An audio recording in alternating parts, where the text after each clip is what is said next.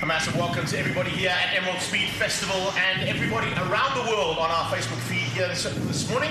We're coming to you from the Emerald Casino Complex just outside of Funnavale Park in Clouds, Johannesburg, South Africa. And a massive welcome to myself, Greg Maloney, the voice of choice. And joining me here today, of course, and I'm actually joining him, Leon Unda. Good morning, Greg, and welcome to all the viewers.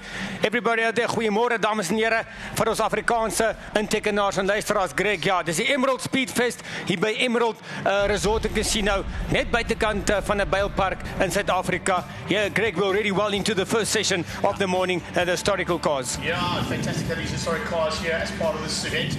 They've gone all out to ensure that everybody can compete. I know they had a little bit of issues early on in terms of bringing in some single-seaters, but that, of course, is part and parcel of the big plan of how this event is going to change up over the next couple of years.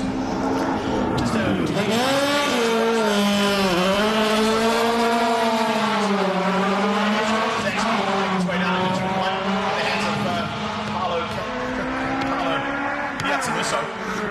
incredible to see how the event is going to basically change up over the next couple of years. You know, this is the first time that they've got to grips with the circuit. They were looking to do an incredibly 2.3k kilometer circuit. This time out, they're doing the Master of the Mile. The Mile circuit is what you're seeing on your screens right now. It's what you're seeing around the circuit as well if you are here. And a big welcome to all of our people that are live in the audience as well. Good to have them back here. Car clubs are coming out here big time. But what I can see so far, and what I've seen so far over the last 2 days, and not taking into anything in terms of the weather, is and that's a good Afrikaans word for you, and the sort of presence that's around the entire event. It's just like, it's like lightning. These people are loving what the entire Emerald Speed Festival have put together here, and they can see what the potential of this event is. Ja, Greg, dis soos jy sê, dis die eerste groot een hier by Emerald Speed Fest en dit gaan 'n jaarlikse bijeenkoms wees. Ja, soos jy sê, die mense van 'n Bylpark, hulle definitief gees. En ja, Greg, dis 'n 1.6 kilometer lang baan en in ander taal is dit 'n mile. So and we're looking forward, obviously the big climax we're building up to this afternoon, the Master of the Mile. Of course. That's what everything is boiling down to. But Greg, ons is al klaar in die eerste sessie. Oliver Brooma so oor die finish, kyk vir een Kilburn as hy wegtrek daar.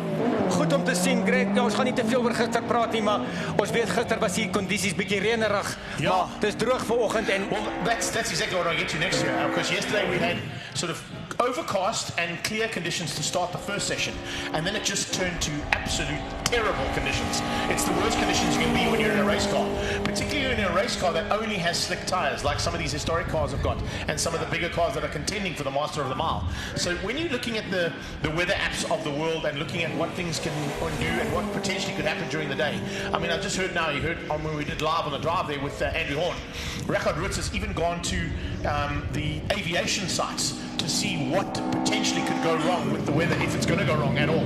Peter Lindenberg about to get out there, of course, in the Lindenberg Racing Road to race Shelby, and that Shelby Mustang is a very, very competitive car, coming from the Passion of the Speed Festival and taking 4 victories in the Legends of the 9 Hour category. So it's certainly a big contender. At this point in time, though, as we see for the first time in the first session, Willie de Beer in that 911 is actually the quickest in the drive. And a 39.8 is a very respectable time. Could potentially be a time that gets him into that top 10 Master of the Mile shootout. ja, Greg, meeste van hierdie de competitors van die renjaars vandag, meeste van hulle, soos ons sê, soek die droë omstandighede, the dry surface, but they are 1 or 2 guys with an all-wheel drive or 4-wheel drives. They wouldn't mind the rain. Ja. Maar nou, Greg, ja, belangrik vandag. Daar's 3 sessies vandag, net vir die mense te sê, al 3 sessies tel vandag. So elke tyd gaan tel, and then like we said, we're building up, let's just listen to that Cobra there. Nice one there from, I think that's Johnny Eco who's just pulled out there. Yeah. So he's pushing big time in his John Speed AC Cobra. Very, very competitive car in the dry. Yesterday we would have seen sessions in the wet where this thing was just lighting up and just could not find traction no matter what you gave it. You can give him those big Caterpillar tires, you still wouldn't find any traction out there in the wet conditions. Yeah. Speaking of traction though, a massive turnaround there for Team Perfect Circles. Andre de Side Note, who's sitting there in 2nd place at the moment on a 40.3. That's his best run. It's only his 3rd run on the track as well. So that's a massive turnaround for him, considering the fact that yesterday he only got to do the warm-up session behind the Haval safety cars, and then after that he got 1 run in other than that, the run he did in the wet, he actually pulled out of before they even got to the chicane because it was so treacherous. So that's a massive turnaround for him. Keegan Ward looking good as well. That's a nice run from him too. That's of course one of the only sports cars entered into this historic category session. Ja, soos ons vir Richard de Roos sien wegtrek al Greg, maar jy het vinnig gepraat van Richard Doets. Ja, Richard het byvoorbeeld gisteroggend sy enigste droë tyd wat hy gekry het, want hy het 'n probleem gehad. Hy tractie, it was either the diff or side shaft or something. He had a problem, and then his next two sessions was actually in the wet.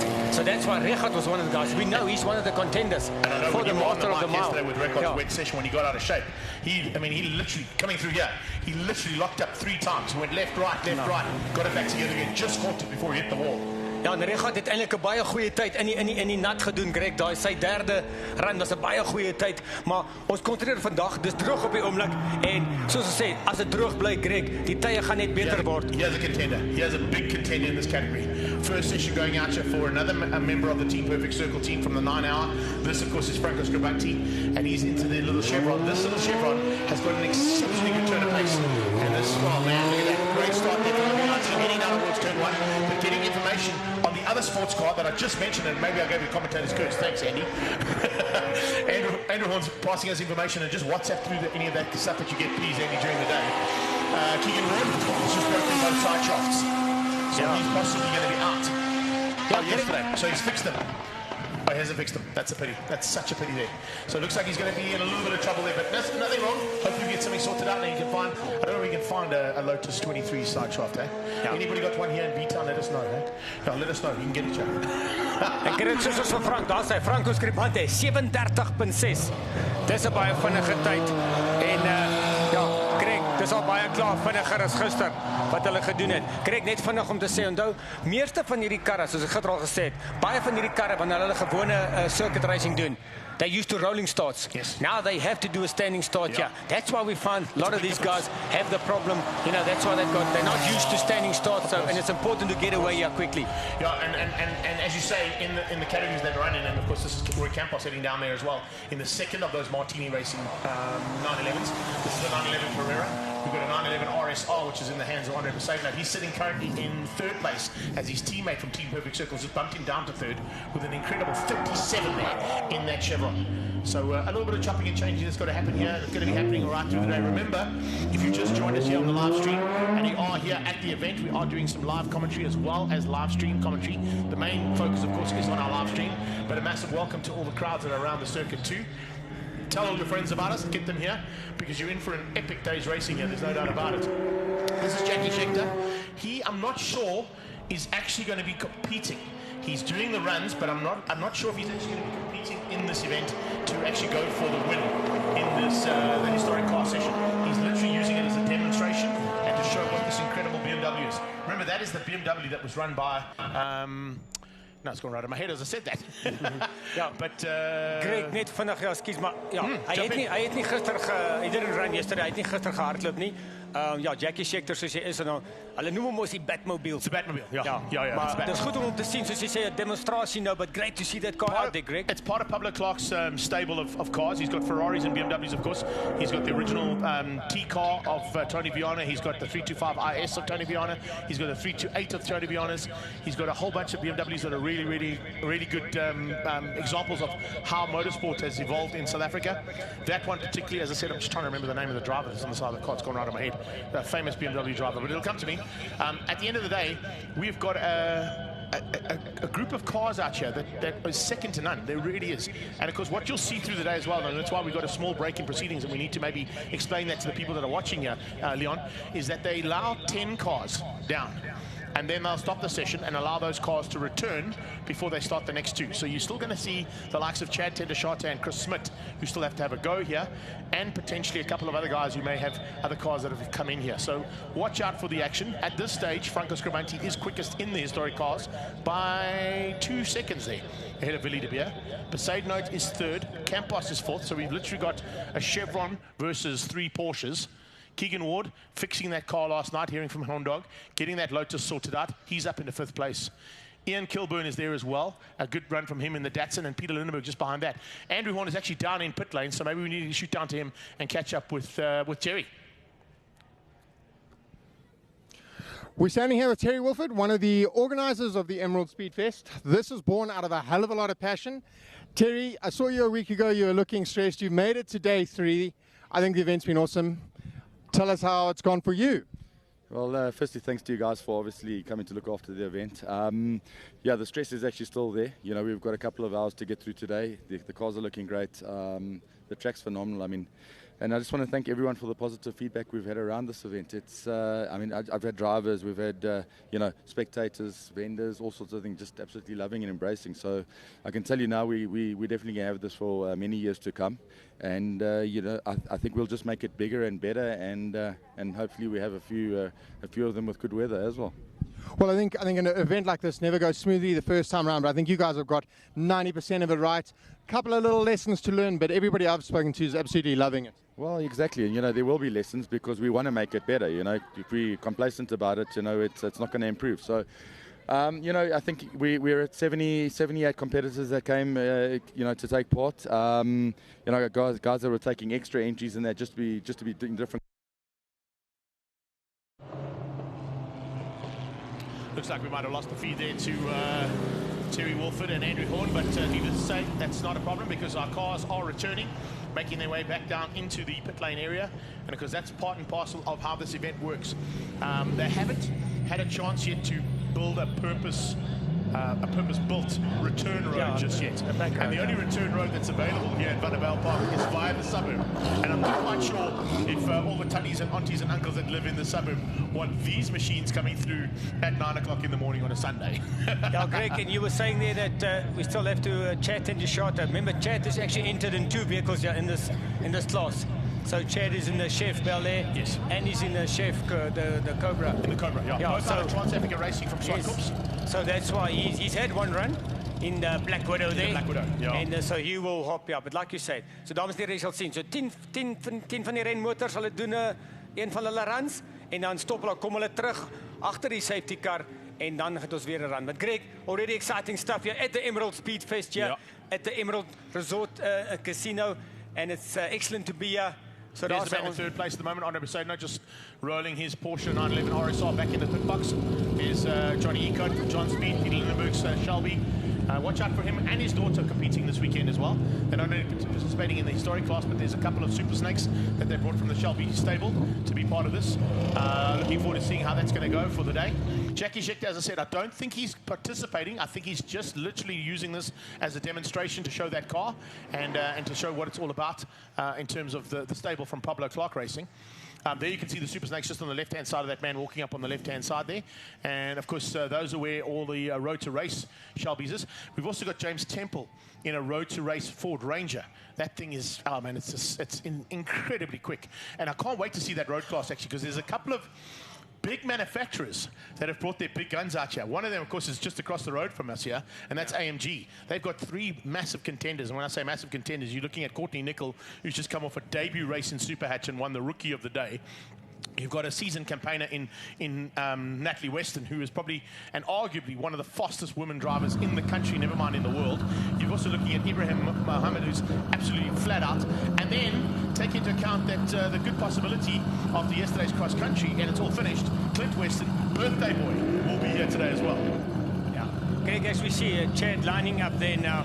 En ja, Greg, ook net om vir die mense daar buite te sê, ons het 3 dames wat hier deelneem. 3 lady competitors that is joining us here at the festival. So we've got Claire Vale, Paige Lindenberg, and Natalie Weston. So nice to see 3 ladies here competing with the men, Greg. Yeah, and if you look at yesterday, Leon, in those wet conditions and the finesse of a lady driver, they were right at the front end of their fields, you know what I'm saying? So there's a good possibility the boys are going to have their work cut out for them here today. It's not an easy course. It looks easy when you drive it in a normal road car at road car pace, but it's certainly not an easy course. And of course, there's a mile of it to play in. So we're going to be looking to see whether or not that can change up in any form of it. There's Paigey, in fact, as we speak, rolling the Shelby back into its pit box, helping Dad get that incredibly fastback Shelby Mustang into the pit box there. As I said, that's a car that came out of the Passion for Speed Festival and took 4 victories in the Legends of the 9 Hour, back-to-back, 2 at Swartkops, 2 in Cape Town. A very competitive race car. Yeah, Greg, also, I know yesterday we don't want to talk too much about yesterday, but no, the Lindenberg stable, they didn't do a lot of runs in the wet. But just to tell the people maybe out there, Greg, if they do look at their programs, Natalie Weston in the program, she's in the GTR, but she's actually opted. She's not. To the other one, yeah, she swapped with Nicole. Yeah. So Nicole is in the GTR, Natalie's in the 63, I think. The 63, yeah. The GT63, yeah. So just for the, but her number's number 26. So just for the people out there when they see the car on the track. I think it's a gunmetal grey one, AMG. So we'll wait and see. And maybe if Nats can, I know Nats can probably hear me. If she can, maybe just drop me a WhatsApp so we can get the details of those cars as well, because we do want to give as much information to the people that are out there as well as on our live feed about the cars. That, of course, is a coupe AC Cobra. And very late on the brakes there from Chad Tendashate. Wow. He nearly got that one a little bit out of shape. But running very nicely and smooth sailing. There again, locks up into the chicane. Just a little bit of brake issues there, maybe. I don't know if you mentioned it, yes, I'm sure you did. If anybody goes into that chicane and clips any one of those orange beacons, the run is null and void.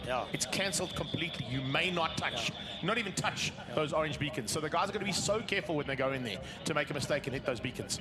Yeah, Greg, amazingly yesterday from what I saw, no competitor actually touched the cones, but if you touch the cone, hit the cone, that is you lose your run, so they can't afford to do it. Yeah, the difference I think between yesterday and today is today counts.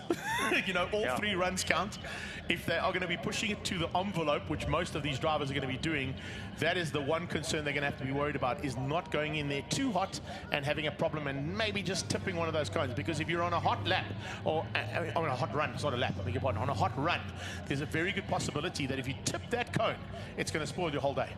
Maar ek moet sê, Greg, so gister die renjaars, hulle was allemaal baie goed geweest. Ek het nie een gesien wat die cones getref het nie, maar Greg, net vinnig, om vir jou te sê, Natalie Weston, sy is in die Mercedes GT63S. That's the one. Sy is in hom, Naikar en dan Courtney het gegaan vir die GTR. En hulle het baie goed gedoen. Soos jy sê, dis die road-going cars, and we're looking forward to seeing them out there. So look, as our road-going cars led out by the Renault Megane from BB Motorsport makes its way up to the line for the first run there in the road category, we're going to shoot down the pit lane and catch up with Andrew Horn. He's got somebody down in pit lane with a bit of information, and I'm sure looking forward to the day's racing. We're joined down in the pits by James Forbes. James, you've had a torrid weekend, but the weather's finally playing ball. Are you finally going to get up here in the drive? I'm so excited. We've finally got the conditions we need. For us guys with the old school, let's call them circuit racing cars, without any of the electronic aids and interventions, as soon as the track starts getting slippery or wet, it really becomes extremely difficult. And of course, that's when the modern motor cars with all of that equipment, they can shine. So if it's going to be their day in the sunshine and our day in the rain, I don't know. Let's see how we go. Well, we're wishing you all the best for a nice dry run and a fast time. Many thanks indeed. Looking forward to it. We'll chat to you a little bit later. Thank you. Thank you.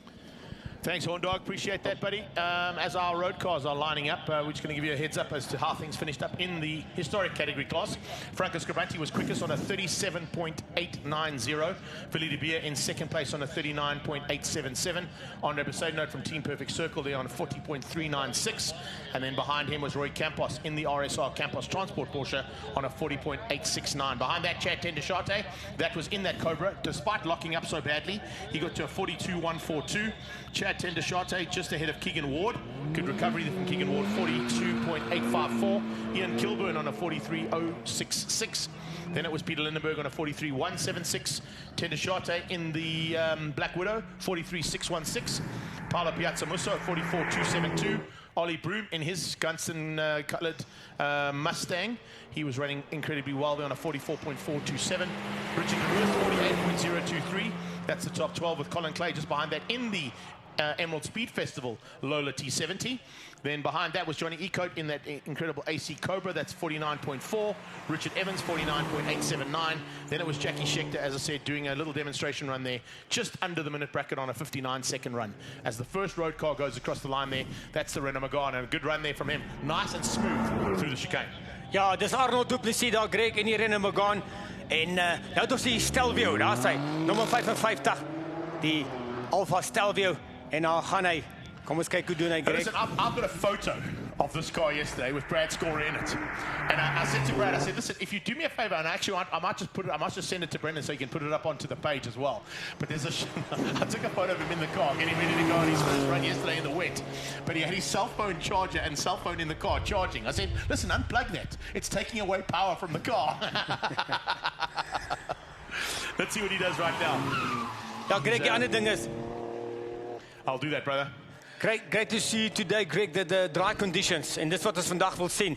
And we had a big crowd in yesterday, but being dry today this morning, we're going to have an even bigger crowd here at the Emerald Speed Fest. That's exactly what they want. You know, unfortunately, and to be honest with you, even with the rain, there was a relatively good crowd here yesterday, but you know, the people weren't scared. And I think that's why they've come to Emerald Casino Complex, is due to the fact that the people around V-Town, Vanderbijl, Sasolburg, they are all big motorheads. They're big petrol heads. They love motorsport events. And of course, this is not only catering for people here.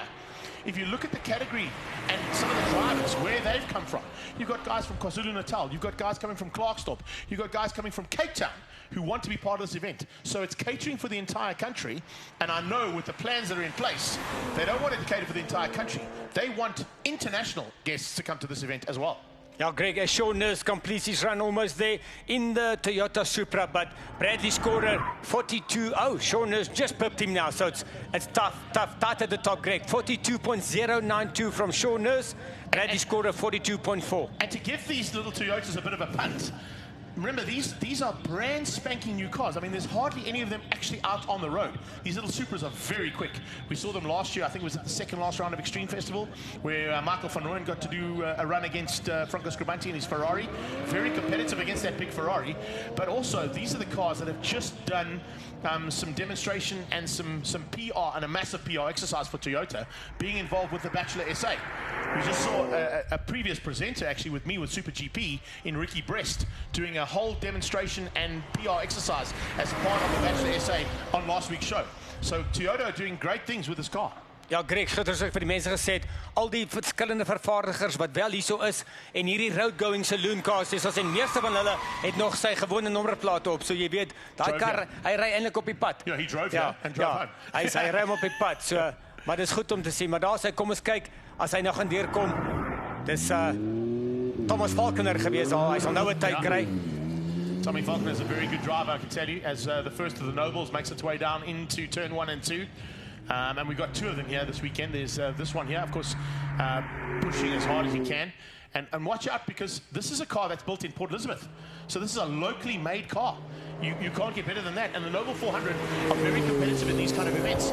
There's a couple that run down at Desi's Raceway when he does his time attack event, which is, of course, a very similar format to what we're doing here, although it's based on his racetrack as opposed to a road-going circuit that they've purposely built here in the Emerald Casino Complex. So certainly a very competitive car. If you can just find those special lines, that's a very good line through the chicane right there. Ja, Greg, gister heb ek dit gesien. Obviously, hang af van watter voertuig kar jy in is. Hulle die verskillende lyne wat hulle vat op pad daar in die chicane toe. Maar Thomas Falconer vinnigste nou met 'n 40.9 daar, Greg. Yeah, he goes to the top with a 40.964, and now Brad Dean out there in the first of the Godzilla machines. These Nissan GTRs, they are just absolutely incredible to see when they're in full flight. I've had an opportunity not to drive a modified one or anything spectacular one, but just a stock standard one that you kind of go off the showroom floor. And I got that via one of the BB Motorsport groups. And it was such an incredible car to be behind. But I know that there are a couple out there that will probably be looking at what these cars do and what Reggie does today. And I know that even in the midst is one of our top hill climb contenders here today. You know, Wilhelm is looking, and he's here going, maybe I should bring my beast here and have some fun. Yeah, Greg, Wilhelm, I spoke to him also yesterday. He was entered, but he pulled out. He withdrew his entry of his car. Maar daar sy Brendan Dean het tweede gegaan na met 'n 42.0, maar nou het ons vir Piet Pot gedra en die Alfa Julia. Yeah, this little QV is an incredible car as well. And Potkita, a seasoned campaigner, both on 2 wheels as well as 4 wheels. Came from a superbike racing career, went into polos and saloon cars with Nathan's Motorsport. Now part of the Penta Group entries, as you can see there on the side of the car, and running that little Julia absolutely to the limit and probably just over it as well. And not a bad runner in this category, because remember, the idea of opening it up to a road-going category of saloons as our first AMG lines up. That's with that Natalie Weston. So dames en heren, vir die van julle buite, dit is Natalie Weston daar in die nummer 26. Dis die GT63. GT63. This car, of course, also you got to take into account that with the interest that's being shown here by AMG and being part of one of our VIP suites here this weekend, they can see the potential of this event. And I know that there was back and forth yesterday on social media and via all the platforms that happened saying, "Where's BMW? You know, where are all the other big manufacturers? Why are they not here?" And I think there's going to be a little bit of rivalry that's certainly going to be coming to the forefront at the next event and into the future. You're certainly going to have a manufacturer's class here, where the manufacturers are going to come. You're going to have the likes of Jaguar bringing all their machinery. You've already got Jeep involved here with Stuart White as he pulls away. All those guys are going to show the interest that's required. Ja, dis baie waar jy sê, as Natalie Weston goes second there, Greg, but now we've got Stuart White there in the track ook. Maar Greg, soos jy sê, dis goed en ek is dankbaar dat Mercedes soveel voertuie gebring het, but like you said, the manufacturers, hopefully everybody else, well, we don't want to say the word wake up, but I'll take note. And then hopefully next year or the next event, we'll see all the manufacturers definitely involved. And that's what we need. We need all the manufacturers to get involved. But look at Stuart White going there. You can hear him. This is four-wheel drive, 3.5 tons. But oh, and he went wide. Wow, he's going to the limit here, isn't he? Everything she's got through the chicane, a little bit of a wide line. That's not a bad line through there from Stewie as he comes across the line. Remember yesterday, he was quickest overall out of all the cars in the wet. So even the race cars couldn't beat what times he was doing. There, only gets a 42.3, so he's a little bit off, but that's because it's dry conditions. Yeah. He's going to battle a little bit in the dry. I think if it does rain, he's certainly a massive contender for not only his class win, but potentially even the Master of the Mile win. Ja, Greg, nog net om vir die mense daar onthou, baie van ons volgelinge, en dankie vir julle wat weer ingeskakel is op ons livestream feed. Gisteroggend, die eerste run gisteroggend was in 'n droë kondisie, maar onthou, met al die reën wat ons gehad het, we call it now, although this is a normal road in usual daytime, but the track is like we call it green with all the rain. Any rubber that was put down yesterday, so you can see these guys trying hard, Greg. But it is still, let's say the track is cold, it's fresh, and if it stays dry, you'll just see those times tumbling down. Well, we've got a couple of people that are joining us as well via the live feed, which is fantastic, and that's all part and parcel of why we're doing it the way we're doing it here today. It's great to see the likes of Tony Griffio coming in here as well. Welcome, Peter Bell. Schultz Swanepoel is there too. That's, of course, all the way from Swartkops. Antonio Barbosa has joined us. Johannes Janssen van Rensburg, thank you so much, guys. And everybody that's joined us here. Angelo, I see that you're a bit of a Stelvio QV fan. Hopefully that's going to be a little bit higher up. At this stage, Bradley Score is sitting in about 6th place, so he's got a little bit of work to do there to fight out with the likes of Mercedes-Benz, Thomas Faulkner in the Toyota Supra, Brandon Dean in the Nissan. So there's a nice sort of fight happening here, but of course we've still got some more cars to come out, and there's some big contenders down there. Andrew's down in the pits though. He's caught up with a couple more people down there. Let's go to him and see what he's got. We're standing here with Johan de Bruin with the Eau de Cure Porsche. Johan, you haven't been out yet this morning. Are you happy that it's dry? Yes, I'm very happy that it's dry. Extremely happy for the organizers, and obviously for us it's going to be a lot more equal playing field with everybody out in the dry. Have you got your eye on the Master of the Mile tournament later on this afternoon? I'm definitely going to compete for that, and unfortunately we've got a bit slower cars here. The naturally aspirated cars can't really run with the turbos, but we're going to give it our best. But they're more reliable at least. Yeah, absolutely, and so we can do run after run after run, but yeah, we'll see where we end up. Have you got some tyres saved up for this afternoon, or are you running with what you got? No, I'm just running what I've got. I brought an extra set of wets, but so that's what we've got. We've got this set, but it's 1.6 kilometers. It's not really going to be hard on the tyres at all. Yeah, you don't have hard braking, hard accelerating, hairpin, stuff like that, so it should be okay. Yeah, it should last. Great, we're wishing you the best of luck. We'll catch up with you a bit later. Thanks a lot. Thanks for the chat. Thank you. Thanks, Horn Dog. Appreciate that, buddy. Awesome job you're doing down in the pits there as well. And a big welcome as we see the rest of the contenders in the road going and supercar category lining up there, waiting to go. A couple of course, seasoned campaigners there. 007 is Tariq Dada. Now, Tariq Dada is a man to watch out for, because I think here today in dry conditions is certainly going to be a contender in this category. As the rest of those cars do the return lap. And if you have just joined us here on the live Facebook feed, please just remember that we do have only one road that we're playing on today. It's the down and up, where we have to give a chance for the cars to get a return to the pit lane. before we can run the next 10 category or 10 cars in each category. And of course, they're all competing here for the very first Emerald Speed Festival title. It's classes that they're fighting for. It's also the Master of the Mile. Now, speaking of the Master of the Mile, there's some big money on the cards at the end of the day for these guys, and they really want to make sure that they're into that top 10. So much so that this morning in the driver's briefing, they've actually gone to all the contenders. And if you've got a program with you, if you log on to the Emerald Speed Festival page, you'll see the program. It says there are a couple of contenders for that Master of the Mile. Most of them are running, and you just heard now from the interview that we did, running with tire warmers. The guys that are running with tire warmers are going to actually be put into a separate run because they think those are the guys who are going to be the ones who have got a potential of winning this overall. Ja, Greg, daai is die manne wat regtig ernstig is, die manne met die tire warmers, hulle is hierso en ja, like you said, the climax and this afternoon, the top 10 shootout will be for the Master of the Mile. And just, Greg, just to tell everybody, the class, the road going saloon and supercars is the largest class here at the Emerald Speed Fest. And the competitors range from 4-cylinder saloon cars to V8 supercars. So, maar Greg, is lekker om te sien hierdie road going saloon cars. Soos jy sê, en dit is waar jou vervaardigers inkom. En bring asseblief, so volgende jaar, ek is seker, Greg, volgende jaar by die Emerald Speed Fest, en hy gaan nog lank hierso wees, maar gaan ons meer vervaardigers, soos jy sê, die likes of BMW en so, ons gaan hulle hierso sien. For sure, and I mean, you look at what they do at Festival of Motoring, it's another event that Messe Frankfurt are involved with.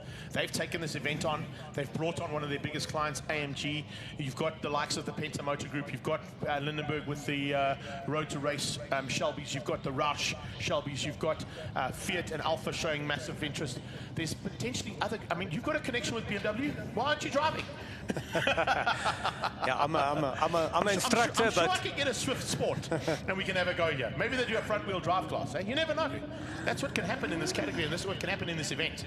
You know, the world is your oyster when you start things off like this. And if you take into account, I mean, I saw Ian Shrosby yesterday from the Hill Climb, and he's looking at this going, hang on a second. This is a similar format to what I'm doing down in Knysna. There's potentially even growth here and opportunity for growth to go into a sort of a double crown or even a triple crown if we find another event of this nature. Desi's Raceway's got one. I know they're looking at an option of looking at one down in Cape Town. But before we get underway with the very first car here, Tariq, I think, is making his way to the line there. Let's go back down in the pits with Andrew Horn. He's found somebody else to have a chat to. We're joined by Vaughan from On The Track magazine. Your afternoon ended early yesterday with the rain. Are you happy to see some dry weather? We're ecstatic. We couldn't hope for better weather. Good to see that still a bit of overcast, but there was a bit of sunshine earlier, so we're just hoping the track's going to stay nice and dry. Lekker, we're hoping to see and hear this BM because it does sound awesome, especially going through the forest at the bottom. What do you rate your chances are this afternoon? I don't know. We've got some pretty stiff competition. We've got cars that are much more powerful than ours. So I think it's going to just come down to weight of the car, traction, and a bit of skill. There's a lot of skill that's required to do a circuit like this, Leon. You know exactly the kind of skill that's required. When you're running on a circuit like this where it's literally wall-to-wall tire barriers, you've got to be so pinpoint precise. You cannot afford to make one mistake. And that's why you'll see the guys not really running apexes. They kind of keep the car in the middle of the road as much as possible so that there is no room for error. Ja, Greg, onthou jy 3 runs vandag. You've got 3 sessions, and yeah, you can't afford to lose it. Yeah, you can't afford to make a mistake. There's no spinning off here because you can see, if we can just, the viewers can literally see there's tire barriers waiting for you. So yes, maybe sometimes, you know, when you watch this type of thing, you think, oh, that's easy, that's not fast. But Greg, we know, sitting in there, it's adrenaline, it's butterflies. But you need to be, like you said, they might not look for the apex, but you need perfection, and you need to get that car as fast as you can to the finish line. But Greg, on that point you were talking just before we went to the interview, yes, we know we've got the other one in Knysna and wherever, but this one at the Emerald Speed Fest, you know, because just like we know in South Africa, almost 75% of racing drivers are actually, how can we say, Gauteng based. So from that point of view, this Emerald Speed Fest can only get bigger and better. There's no doubt about it. You know, it's got to get bigger and better as we go into this. There's no doubt. And already, I know from what I saw last night via the feeds that went out and the comments that were happening all through the day, there is massive interest not only from around the country, but around the world. There's no doubt. And that's I think, what they're planning to do here, as we see another Shelby screaming across the line there, which is good to see. Here's a little car that could be a little bit of a contender as well. Certainly, from a Porsche point of view, nice to see an entry in the road category class on the road-going saloons. But I know that even Roy Campos was chatting last night to Toby Fenton, saying, you know what, why don't we have a Lamborghini here? Why don't we have a Porsche? Why don't we have some kind of road-going GT4 category style car that could potentially be a contender in this category? Ja, Greg, ons het wel in McLaren hier so. Ja. Ons het daar McLaren. Ja, ek weet die Ricky Giannicano, die GNS Transport, hulle het geënter, maar ek weet nie hoe om hulle onttrek nie. Maar soos jy sê, sal goed wees om die Lamborghinis en die Ferraris en al die manne hier te kry. Maar Greg, op die oomblik nog steeds Thomas Valkener, vinnigste 40.9, but there's first of the Shelbys. Paige Lindenberg in that one, I think, in the red one. Yeah, that's so Paige Lindenberg making her way down there. First run for this young lady. We just saw that was Jared Yeo that went through there in the Porsche. So we'll wait and see what his time is when it pops up onto the screen. But Paige Lindenberg now in the Super Snake in full flight.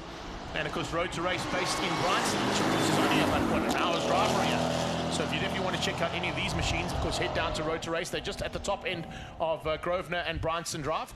And a massive dealership that they've got there with all of these incredible marks of Shelby, some old marks of Shelbys, and their range of super trucks, which we're going to see James Temple in probably a few minutes' time, if I'm not mistaken.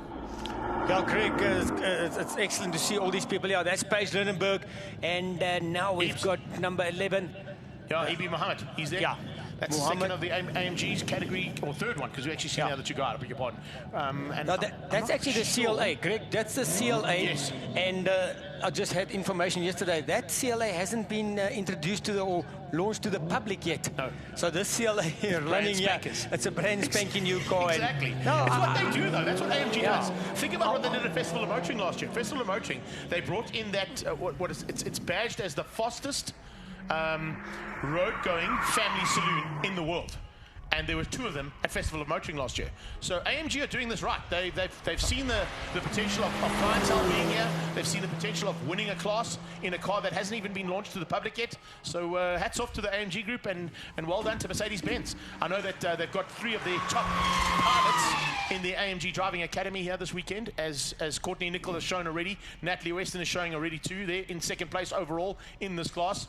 And remember that you've also got an opportunity to, as I said, potentially see the birthday boy, Clint Weston. He'll be, I'm sure, at some point. Yeah, Greg, kudos to the AMG stable there.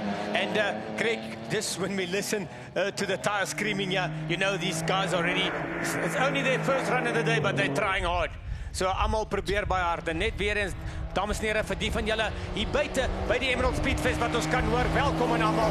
And Greg, everybody streaming on the live streaming. We can see the comments coming through, but it's welcome to everybody. It's great. This is all what we want. Stuart White has actually just joined us as well.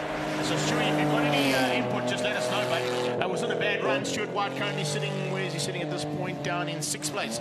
So Stuart, thanks for joining us. Leslie Sutton's joined us as well. So is Tony Martin. Tony Martin, of course, one of the guys who builds those incredible AC Cobras from the Backdraft Cobra stable. He'll be hoping to probably put one of them into here as well at some point in time. That'll be awesome to see. I see that Carl Cousins has joined us too. Thank you so much. We're hoping that it's going to get bigger. Of course, it's going to get bigger. Brett Garland has just joined us too. There you go. Garland, you should have your Honda here. And Greg, daar is Barry Engel in the first of the Roush machines. And Barry Engel on his first run. Barry was al klaar vinnig gister in die nat omstandighede, but Barry is also one of the guys to keep our eye on. Well, this is a good indication of how we can show you the difference in the two. Barry Engel, of course, in the Roush Mustang, as opposed to the Shelby Mustang. There are 2 separate groups. They run in separate dealerships as well. Engel running in the Roush one as Courtney Nicol steps up. Oh, and that is a beast. Have you been in one of those? You're allowed to go, by the way. I know I have to be very careful when I jump into one, but man alive, I went with Clint Weston in one of these last year at that Festival of Motoring, and it is a magnificent machine. Ja, Greg, hierdie is die GTR. En so om net weer vir die mense te sê wat op die programma. Dit's Courtney Nicol. Ja, he's in the GTR and Natalie is in the GT63. Maar daar sê Greg hierso by die Emerald Speedfest, dames en here. Welkom aan almal wat hier is. Ja, Greg, just look at the lines. You can see some of the guys before they get to the chicane. They go, well, in the dry conditions, you want to go and give yourself a bit more room. Yeah. But okay, yes, Farouk Dengo. Farouk Dango, and he's so happy to be here. Yes. He is loving life. And remember, and we've got to say this right up front. Farouk Dango in this, it's an R34, of course, running in memory of his late son, Mohammed. So great to have him. Mohammed Dango here is the cousin, of course. So the whole Dango family from Clarkstorp have put in a big contingency to be here. It's great to have him here in this category and in this car. Very, very hot contender in this category as well, will this car be, particularly in the dry. Yesterday he battled a little bit in the wet, and I spoke to him at driver's briefing. He said he had a massive moment where he got completely lit up. And you can't do that. You cannot afford to make any mistakes like that. So he goes through there in that Nissan GTR. Just ahead of him though, and going back to that 4-litre V8. That car of Courtney Nichols does 0 to 100 in just over 3 seconds. On a stock standard road going car. That's very quick. Here's another quick car. Yeah, Greg, there's a McLaren waiting to go for its run. Yeah, like I explained to the people yesterday when we were watching, when you see a car go sideways, yeah, from a spectator point of view, it looks spectacular, but remember, Greg, sideways, you're losing speed. Yeah. So you're not going to see these guys, well, actually, when they go sideways, they made a mistake. Sideways is not fast. These guys need to point and shoot. Yes, they're giving these road-going saloon cars are giving themselves enough room, but you'll see the guys in the supercars and the modified saloon cars, they're going to use as we go on. And as Greg, that third session today is going to be the pressure session. That's the one. And, there's cones. That's our first that one's one. gone. Yeah. First time we've hit the cones. Oh, that's the first one I've seen. Is the first man to hit those cones. So Anton Cronier, despite getting a 37-1, that will not count. Yeah. That run will be completely null and void due to the fact that he hit the cones and he was pushing hard. Greg, hy gaan homself nou skop, ekskuus man, maar Anton Cronier, soos jy sê, great time there, 37.1, but okay, he hit the cones. He made the chicane shorter, but unfortunately that time will be null and void. Yeah. So if you look at that car as well, and it's great to get an opportunity to see from our cameras up close and personal with those cars, particularly under braking with that McLaren. Watch the wing come up to assist the braking. It literally flicks the wing almost perpendicular and gives him a chance. Yeah, there you go, drops to the bottom, and unfortunately that's him out. And due to the fact that he did clip the cones, we'd mentioned it earlier on, if you hit any of those cones in that chicane, he's going to be in big, big trouble. Anyway, we're going to go down to Andrew Horn, who's down in pit lane. I think he's down there with Ollie Broom, if I'm not mistaken, at Team Gunston. We're joined by Franco Scribanti, I reckon the favorite for Master of the Mile this afternoon. Franco, you must be happy to see some dry weather. Yeah, it makes it a lot more pleasant for everybody, and I mean, we want to see these cars go fast. We don't mind the rain, but it just makes it an unpleasant day, so let's hope it stays dry. Well, there's nothing better than the Chevron screaming its lungs out through the forest, so yeah, I think everybody's happy about that, and hopefully we'll get a few more spectators through this morning. Talk us through what you're thinking for this afternoon with the Master of the Mile. Look, you know, we just want to get there and go as hard as we can. There's not much theory other than that, so let's hope it doesn't go dry, wet. But look, it's the same for everybody, so we'll adapt as we have to. Corvus has built a beautiful car behind us there. Are you, with a high-speed run like this, are you feeling a bit more confident with all your wings on the front and so on? Yeah, certainly. I mean, the downforce gives you a lot of confidence, and I mean, I don't even think we've explored the limits of where this downforce can go to, but yeah, one step at a time. We'll be chatting to you later on in the afternoon as this Master of the Mile thing builds up, and we're wishing you all the very best for your first run in the Chevron. Thank you very much. Thank you, Andrew. Thank you, Franco. Apologies there. I thought I heard Team Gunston, but it was actually Scuderia Scribanti that we were chatting to there. And nice to see a little bit of interest coming from the Gas Monkey Pub, which is, of course, just down the road here in Funnabell. So he's got a little bit of additional sponsorship on the cars for this weekend down there. Remember, he's also part and parcel of Team Perfect Circle. And not only is Franco running here, but you've also got Aldo and Silvio Scribanti as part and parcel of this event this weekend. So a big motorsport family and fraternity that have joined Andre Besaidnout and the teammates that were in that Porsche 911 at the 9 hour at Kyalami. So, you know, there's so much interaction here, and that's what we want to see. That is exactly what you want to be seeing here today, is a youngster, mom and dad. And I hope you guys enjoy. Yeah, big wave. We can see you. We can see you. Don't worry, we can see you. Thanks very much for giving us the wave there. Yeah, probably a bit better. Hey, you probably didn't understand me. Ja, daar's hy Greg. Nee, dis goed om te sien. Oud en jonkie so by die Emerald Speed Fest en die weer is goed. Ja, Greg, net om terug te kom gou na Franco Scribanti toe. Hy's definitief een van die main competitors of contenders vir die Master of the Mile, maar die twee broers Silvio en Aldo en Franco's die cousin daar, die neefie. But ja, Greg, so pity now for Anton Cronier. big pressure day today. Just to explain to everybody, today there's 3 sessions, all 3 sessions count. You hit the cones today, you lose that run, basically puts you out of contention for a podium. But Anton will be back later to, let's say, restore the pride there in the second run. Well, let's see what he can do. Hopefully he can, restore that pride and get a decent enough lap time in there, because we certainly don't want to lose that McLaren as a potential contender.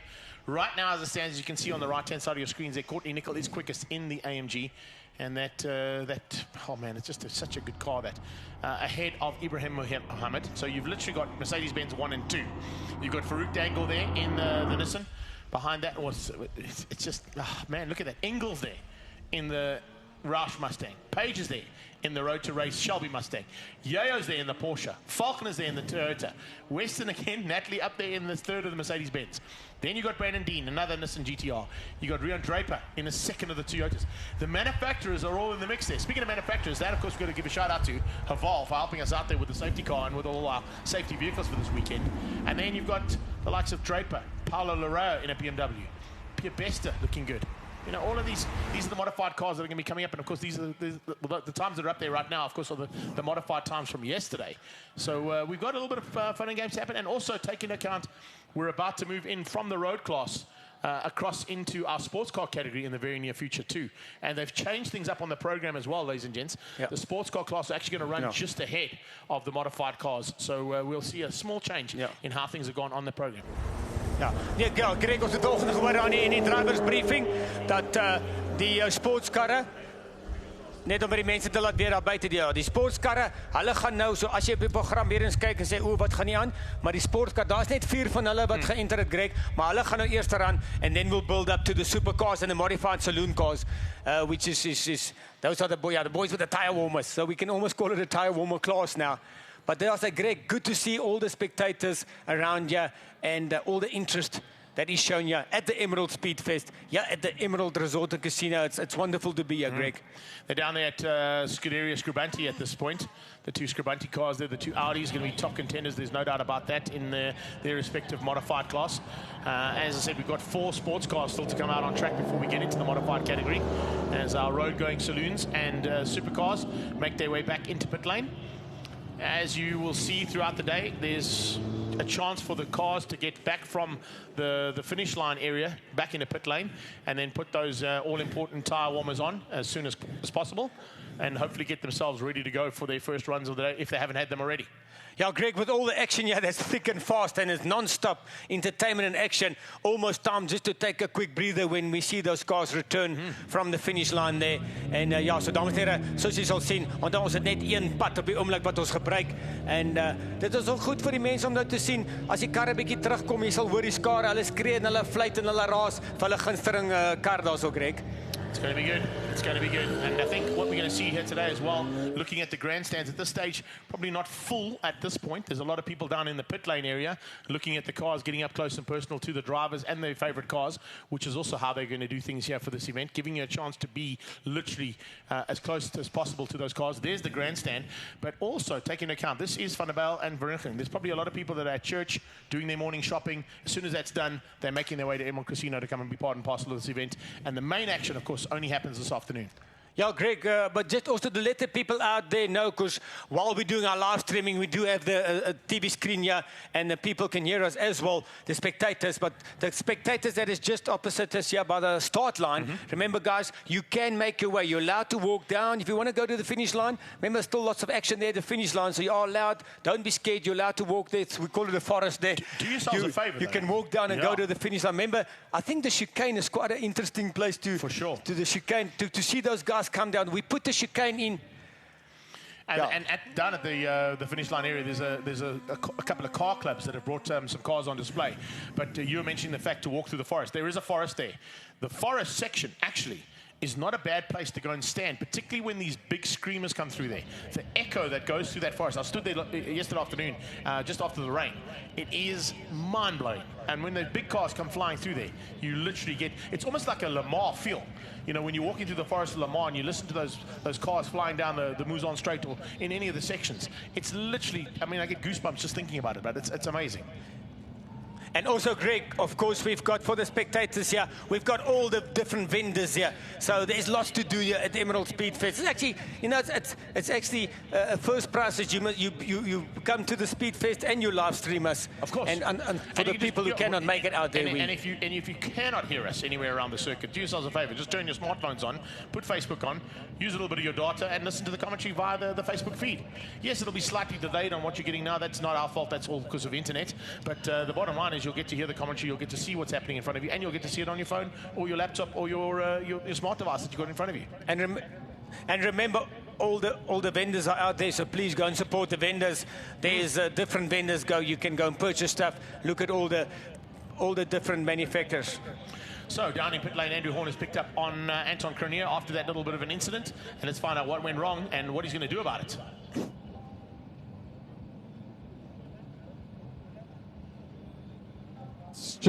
We're standing with the McLaren that's just done his first run. Unfortunately, he knocked the cones through the chicane and had his time disqualified. We're hoping to chat to him. Unfortunately, he's having a chat with Wally Pappas at this point about the run.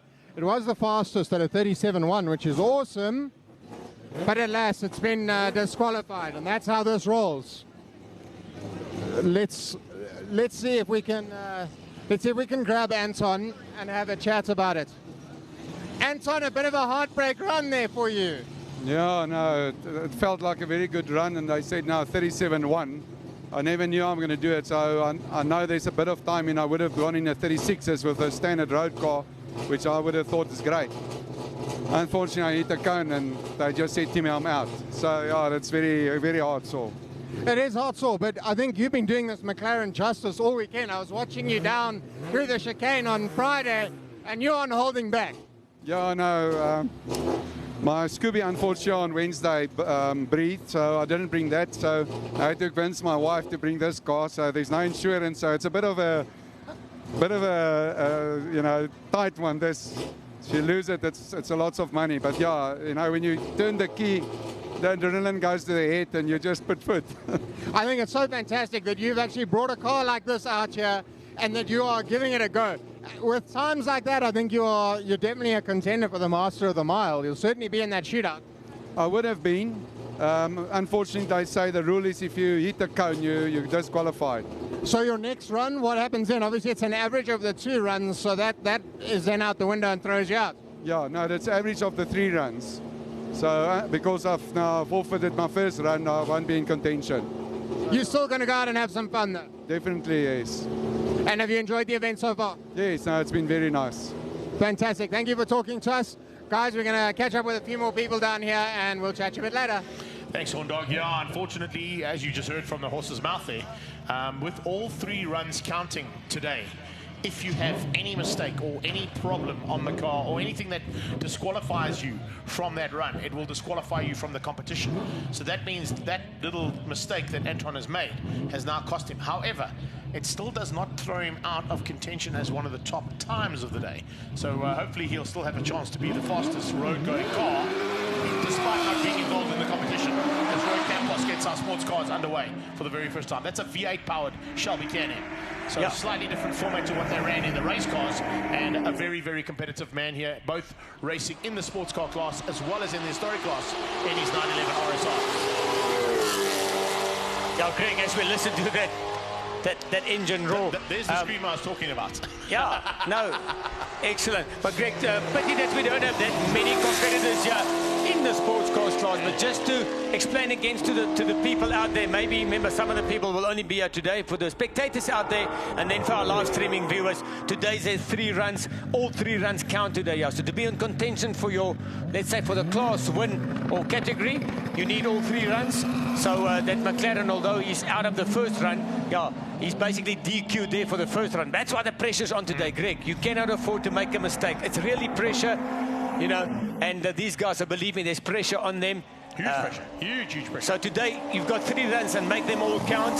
But, Greg, just to get clarity, later for the top 10, Master of the Mile, is that, so let's say the top 10 fastest times Top 10 fastest in times. a run. In a run. So yeah, so the top 10 fastest times will be coming into play there. What the top three, these three runs today are going to count towards the classes. Yeah, the and setting up classification, The classification of the classes. However, the top 10 runs all count towards the Master of a Mile. And when we start Master of a Mile, as we see John Wilson moving off on in his Shelby Can-Am, as we've just seen James Forbes go through there in the ADR. Those are the top three in the, and there's actually 4 of them. Yeah. So I'm not quite sure where the 4th car's got to, but there's only 3 cars running in this session for the sports cars. But to go back to that thought, in the top 10, you can literally have any one of the top runners in their times. That top 10 shootout, of course, known as the Master of the Mile here, is the one that everybody wants to win, and that's why they're pushing so hard and putting these lap times in. Wilson giving it everything he can at this stage. That, of course, is the 3-litre Nissan V6 in the heart of that beast. The previous one, of course, is the V8 that Rui Campos pilots, and James Forbes in that ADR. That's a category car that runs a Suzuki Hayabusa engine in it. Can you believe that? It's one of the cars that they've used to sort of get the entire Nash stable built up. They use a lot of the technology, and around that where Matt Nash and James Forbes have worked together to create the stable that is now known as Nash Motorsport, and of course are highly competitive category cars running in the South African Endurance Championship. And one of those drivers, of course, is our pit lane presenter, Andrew Horn. So he'll know a little bit more about those cars than what we do, and possibly go and have a quick chat to hopefully to James Forbes or to one of the sports car contenders. But at this stage, a nice run from all 3 of them. A 37.8 from Roy Campos. Hello, did Campos wake up this morning? Because yesterday he was completely asleep. ja, but Greg, today, dames en heren, vandag is die dag wat tel. Dis Sondag hier by die Emerald Speedfest. Vandag is die dag wat tel. Ja, Greg, ons is opgewonde hier in ons kommentaarhokkie hierso. En dis nog net die eerste ronde van die dag van 3 rondes. En Greg, the times are going to tumble down, and it's excellent. Yeah, the guys are hyped up, adrenaline is pushing, and yeah, the Emerald Speedfest, and it's great to see everybody on social media. So as we looking at how things have gone in the sports car class, Campos ahead of John Wilson, ahead of James Forbes, but down in pit lane, the man who drives those sports cars, and the man we just mentioned, Andrew Horn, he's down there with one of the GTRs. We're down here with Tariq Dada, who's running his Nissan GTR. Tariq, are you happy to see some dry weather this morning? Yeah, it's fantastic. The weather is amazing. The crowd is fantastic. I mean, this is a good event. For the first event, it can only get bigger and better. Yeah, we've heard that from quite a few people. You've come from Swaziland to run your car. What do you rate your chances this afternoon in Master of the Mile? Actually, for me, this is my very first event. So it's more about the experience than being competitive. And since it's been my first event, I'm quite happy with my times. As my car is a full street legal car, I've drove all the way from Swaziland with it, dropped my family in Sandton, drove all the way here. I'm in full factory trim, factory tires. So if I can be competitive enough, I mean, that's a trophy for me on its own. I think that's fantastic, and it's a testament to what a great car Nissan GTR is, that you can drive it all the way from Swaziland, do a hill climb, and go back again. Exactly. I mean, it's an amazing vehicle, and it's an amazing event. That's great. So you'll be back next year? Definitely. I mean, this event can only, for this being the very first event, it can only get bigger and better. Fantastic. Thank you so much for talking to us, and all the best this afternoon. Thank you. Have a great day. Thanks, Andrew. That's Thanks, awesome guys. stuff, We'll catch you a bit later. You will indeed. Thanks, Andy. It's 007 Tariq Dada, who's down in 15th place overall after the run in the road-going saloons and supercars. Sports cars making their way back to the pit lane right now, but running through that top 10 in the road-going saloon cars, it's Courtney Nickel in the AMG that leads things out for 37.335. Ibrahim Mohammed in the C. I can't believe it's a CL. It's a C-class Mercedes-Benz, who's second overall at this stage, and ahead of Farouk Dangle in that very, very fast Nissan of his. Then you've got Barry Engel in 4th place, ahead of Paige Lindenberg. A little bit of rivalry there between the 2 brands of the Mustang categories. So 4th and 5th there, Engel ahead of Paige Lindenberg. Then the Porsche of Jared Yeo is in 6th place, currently on a 40.872. Thomas Faulkner, first of the Toyota Supras, in 7th. Natalie Weston, 3rd of the Mercedes-Benz cars, down in 8th place. And then it is Brandon Dean in the Nissan GTR, just ahead of Sean Nurse. So that's outstanding. Stuart White just outside the top 10 there in the Arnold Chats Trackhawk Jeep. Yeah, Greg, thanks to Tariq. Yeah, yesterday, when I saw that car on the track, it was just a white car, and he didn't have a number, and Tariq died out. So thanks, Tariq, for putting a number on at least. I know it's his road car, so that we can just, recognize him a bit better. But look at this, Greg, look at this little VW Caddy there. This is an interesting little car yesterday. It's a Vickers Dippenaar there in the VW Caddy, and it's the only bakkie, well, we've got the bigger double cab bakkies, but it's, I can call it the only little single cab bakkie almost, little VW front wheel drive Caddy. What's it, a half ton? It's not a full ton. It's a half ton bakkie. So there you go, half ton bakkie fans, stand by, because Dippenaar's about to show you what this little Caddy can do. It's relatively quick, I've got to tell you. The one thing you've got to take into account with this thing is it's basically tail happy. There's not a lot of weight in the back of the car, so maybe a wing might be an option for next year for this category. Yeah, Greg, the guys will obviously look, and just to explain to people out there, remember, it's a normal tar road, When we go to racing circuits, Greg, the Kyalamis, the Swartkops, all the racing circuits, they actually, they do spend a bit more money on the surface they use, and it is a better task. It's not a billiard table, I explain to people usually, but it is a better, there's more grip on a racing track. This is a normal road surface that's been used. And this is a normal road surface, by the way, that the casino has literally retarred specifically for this event. Yeah, so it's fairly fresh, but like yesterday in the rain, I just explained to people, stay off the white lines there in the rain, but it's a normal, so there's not those things come into play, Greg, when it comes to tire temperature pressures. I believe it's the same company that actually put the tarmac down on Kyalami, so we're looking at probably a lot better than the tarmac outside Van der Bel, which is we maybe need to chat to the jock and to Van der Bel road agencies. There's a couple of big potholes on the way here which you need to chicane past if you're not aware of it, particularly in the rain. Luckily, I came here with my bakkie, Greg. No, there's a lot of potholes here, but let's look at Vickers. He's going to make the marshal lift the flag. Just to explain to the people also, as soon as they pull away, they go through a time beam. It's a beam. They start their time. That's how the timing works. But the pull-off is important, Greg. And one of the guys, one of our main contenders, Peter Zili, in that little MR2, he's quick, but yesterday he had a problem getting the launch. He was battling with his launch. So, because they don't always have a standing start.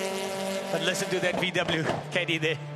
Now Vickers is giving it horns. He's giving everything he can. Late braking as well. As I said, one thing you'll be worried about is the tail happiness of this car. It's a lot lighter on the back end than it is on the front. The front wheel drive car here has to make everything from the front wheel. And of course, in the wet weather conditions, front wheel drive is actually not a bad thing to be in. Right now, he's going to be the man who set the pace in the modified saloon car category. And as he comes across the line, we'll get his first lap in anger.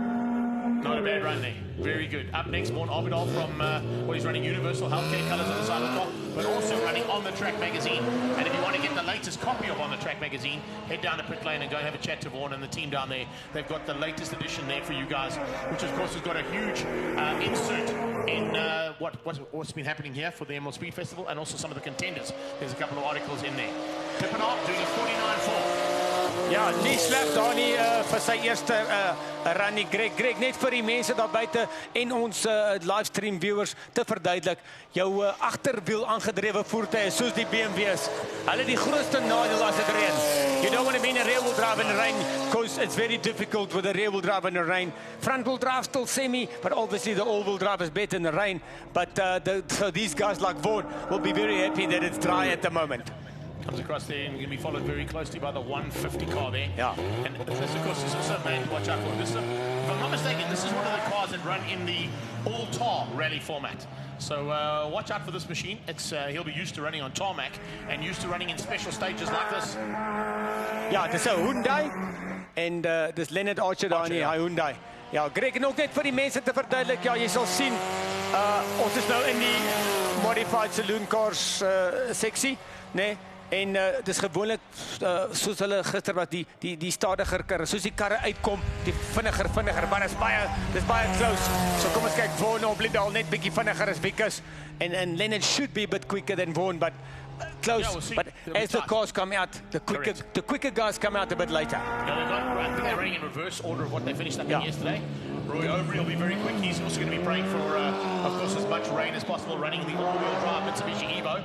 And, of course, he normally runs not only in this Evo, but he also runs a 996 GT3 Cup car in the G&H Transport Extreme Supercar. So certainly a man who knows what to do both on track as well as on the road. And just running through a couple of guys joining us as well. Thanks, Sean Baswell. I can see Gerard Werter out there as well. And Johannes is stuck around. I know that there's a couple of guys who've mentioned the fact, you know, that the rule of clipping those cones is maybe something they need to look at because it then disqualifies that car. It doesn't disqualify him from doing the other two runs, though. He can still go out there and do a run. He can still make sure that he is the fastest car on track. It may not count towards the competition for today, but he can walk away with the honours of being the fastest road-going car. So don't take it too much away from it. Oh, Greg, Richard Roos, hier's 'n man. Dit gaan sy eerste droë run wees, Greg. So kom ons kyk. Hier kom 'n belangrike run. But just on that point, yes, Greg, remember, but the rules are clear. Yeah, so everybody knows you're not allowed to touch the cone, so you know that. And yeah, but to clarify it, like you said, you're not disqualified from the whole day. Just you lose that run, and you're disqualified from that run. Maar kom ons kyk vir Richard Roos daar in die GTR. Richard is een van die manne, hy gaan bly wees is droog, Greg. En hier kom 'n vinnige tyd. This is certainly a man in contention for the Master of the Mile as well.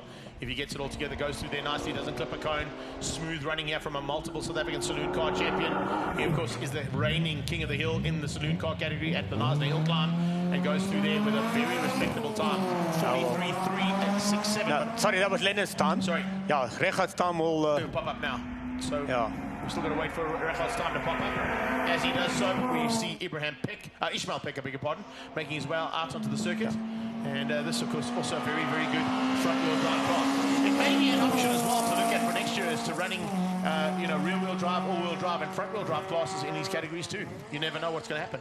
Ja, Greg, soos ons sê, dit is die eerste groot een hier by die Emerald Speedfest en hy het gister ook gesê, it looks like his left bottom is almost touching the tarmac there. His front bumper, front sole there. Did you pick up on that? There was no lift. He had no lift through that chicane, but he was absolutely flat through there. There was definitely no braking and no lift off the accelerator. So the line that he's getting through there, Peck, is spectacular and really one that we need to watch out for in this category because it's moved him up in a second place overall. Yeah, he was quick there, but remember, Greg, maybe his brake lights weren't working, so I'm sure he touched a bit of brakes. But no, he was quick there. And just to get back to your point, they will obviously, after this event, look at the pros and cons and have a look, see, and maybe, like you said, why don't you do a front-wheel drive, rear-wheel drive, all-wheel drive? And things can only get better, Greg. So it's looking good for the future. But at the moment, this Boeta Kraus, and hy's op sy. The Nobles. Yes. Oh, a little bit of a different line through there and a slightly different rev on that car as it came through. I think he was in the wrong gear coming out. Maybe he had to just drop it down. There you go. Richard Roos' time now becoming official. 55.405. Man alive, is that fast. That is incredibly quick for a mile with a couple of quarters to negotiate. Yeah, so Greg, he's definitely one of the master mile contenders. So also being a, how can we call it? It's a 3-day event, but Friday is practice. Saturday is competitive racing, and Sunday, today is all about Sunday, and everything counts today. But usually when you do have problems, you'd like to get those problems on the Friday and maybe on the Saturday. But on the Sunday, so in Richard's case, he had a few problems yesterday. Maar Richard Roos baie vinnig op die oomblik, dames en here, 35.4. Maar as dit nou net vir dis Pierre Bester daar wat nou oor die lyn gaan. Pierre Bester 39.5, Greg, that's a good time as Willie Hepburn in the Opel. Willie's too happy to be here. Listen to that car there. Listen, Willie Hepburn is definitely a contender, there's no doubt about it. But I'm just running through what we've got in terms of our current standings. 35.4 there for Richard Roos is 2 seconds quicker than Courtney Nichols at the top end of the car category. And in the historic cars, I just want to check what Franco did. Richard Roos is 2 seconds quicker than Franco Scamanti's Chevron V19. So that is an exceptionally fast time there from Richard Roos in a modified saloon car. And looks like Willie Hepburn now trying to move himself up a little bit higher up in contention as well as he crosses the line. Hepburn will definitely be a man to watch out for. And next up is the big road to race Ford Ranger of James Temple. Ja, goed om te sien op die baan. Greg net vinnig net gisteroggend se eerste run vir Franco Scribante daar in sy GTR. Hy het 34.1 gedoen, maar as ons net if you have to compare those, I'm telling you as we go now, the track now will be getting quicker and quicker. Conditions are ideal at the moment. Just a little bit of rubber is going down, and we'll see if it stays like this. There will be a little bit of a racing line forming. As you can hear him throwing that... Temple is chucking that bucky around big time. Yeah, so there's also a bucky. Remember I said Vickers wasn't a bucky, but this is a, how can we say? Double cab. This is a double cab. Double cab, full ton bucky going in there. Up next we've got Randy Scorer. And now pushing hard in now for Amar as he heads down towards turn 1. Rakhondra still stays top. Where did James Temple end up waiting for his time to come through there? Currently it's Pierre Bester in second on a 39.5, 39.6 for Willie Hepburn. So Hepburn on a 39.6. Wow, Buddha Krauser in that noble 39.7 just behind Willie Hepburn to the tune of 1/10 of a second. Ja, dinge raak vier warm hier aan die top orders soos ons sê Greg hier die boonste the top of the timing sheets ja dinge raak vier warm but if we look at Rega's time 35.4 yes Greg I'm sure he will do a few tweaks now. That's his first competitive run. It's the fastest run of the day so far. So you can't get better than that. I don't think you want to tweak anything. It's working. Mohamed Dengo there. One of the only VW Challenge guys here this weekend, but Mohamed's enjoying his time here. As you said, it's the cousin of Farouk. But Mohamed had a big moment yesterday, Greg. He had a tail end stepping out yesterday. It was a big moment, and he caught it. Kudos to him. But I'm sure also they did a few changes on that car. Yeah, Creative Inc. and of course Motormart Clarkstorp are the sponsors of that car.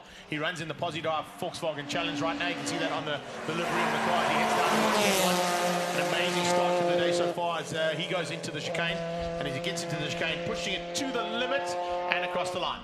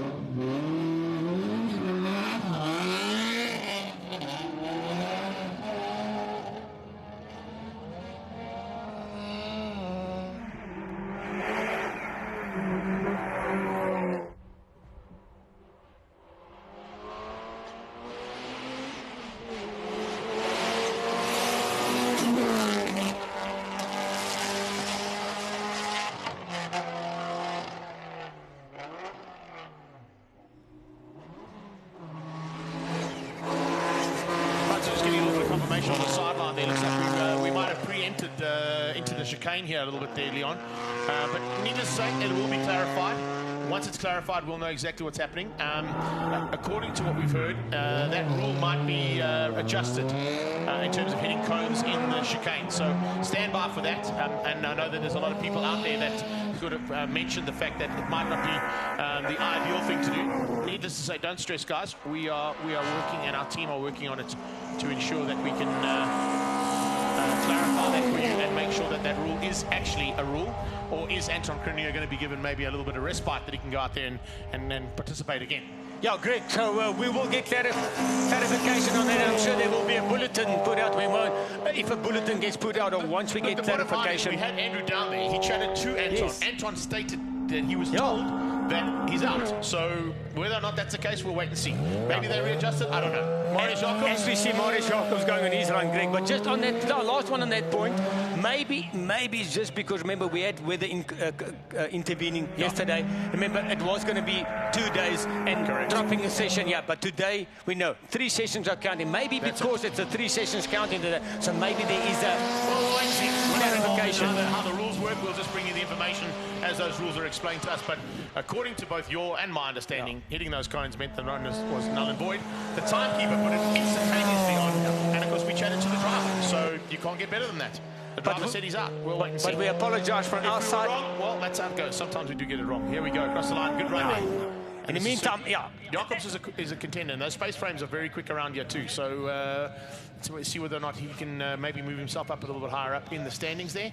Richard Ritzler, I think, is going to be a tough man to beat here today. Wow. That's a very hot lap time he's put in. So stand by for action continuing here from the Emerald Speed Festival. Sasha Martinengo's joined us. Big welcome there, Sash. Brian Gregory's there as well. So is Vincent Vogel. Thanks so much, guys, for all the support here on our live stream. We are trying to bring you all the information as it comes to us and becomes available to us. But as I said, we were standing, both of us, at the driver's briefing, and that was definitely something that was spoken about. Anyway, Ian's coming back to me. I'm going to come off mic and leave you with Leon just for 2 seconds. Ja, daar sê dames en here, welkom aan almal van julle hierso saam met ons by die Emerald Speed Fest, hier by die Emerald Resort and Casino. Thanks for everybody joining us on the live stream as well as in the crowd. Ja, so daar sê dames en here van my kant af Leon en Greg Maloney. Ons bring al die aksie aan julle vandag en sover is die aksie wit warm op die baan. Everything's happening here on track as well as off the track. Dry conditions. Ons is baie dankbaar op die oomblik dat daar nie reën is nie. So welcome and everybody also joining us on the social feed. So things are happening here at the Emerald Speed Fest. So we've had an exciting run of cars now. The cars will slowly make their way back to the pit now. Maar daar sê dames en here, ons kan sien die skare groei soos ons praat. So Greg, things are hotting up on as well as off the track. Well, the ambient temperature has picked up dramatically because Gary just walked into our office, so that's always gets it a bit hotter. Let's have a look and see what ambient temperature is right now as we go to our weather apps. It's not quite the one that Richard Rutz is using, because whatever one he's using is working because he's got that car dialed in. We're currently sitting at 19 degrees Celsius, 81% humidity though still. There's still a lot of water in the sky, and potentially for later on we'll keep an eye on that one. But there's certainly some sunshine coming out. As you can see, the shadows being cast now onto the circuit for the very first time. So make sure that you are... well, if you're out there today, make sure that you've got some suntan lotion on, because even if it is overcast, you don't want to be burning. And more importantly, let's have a look and see what's going to be happening now. I've just had Ian come in, our MSA steward. He's going to get confirmation of what the actual rule was. We've gone on what we saw on screen. Literally, as he crossed the line, that time dropped to the bottom. The timekeepers were instructed on how to do that.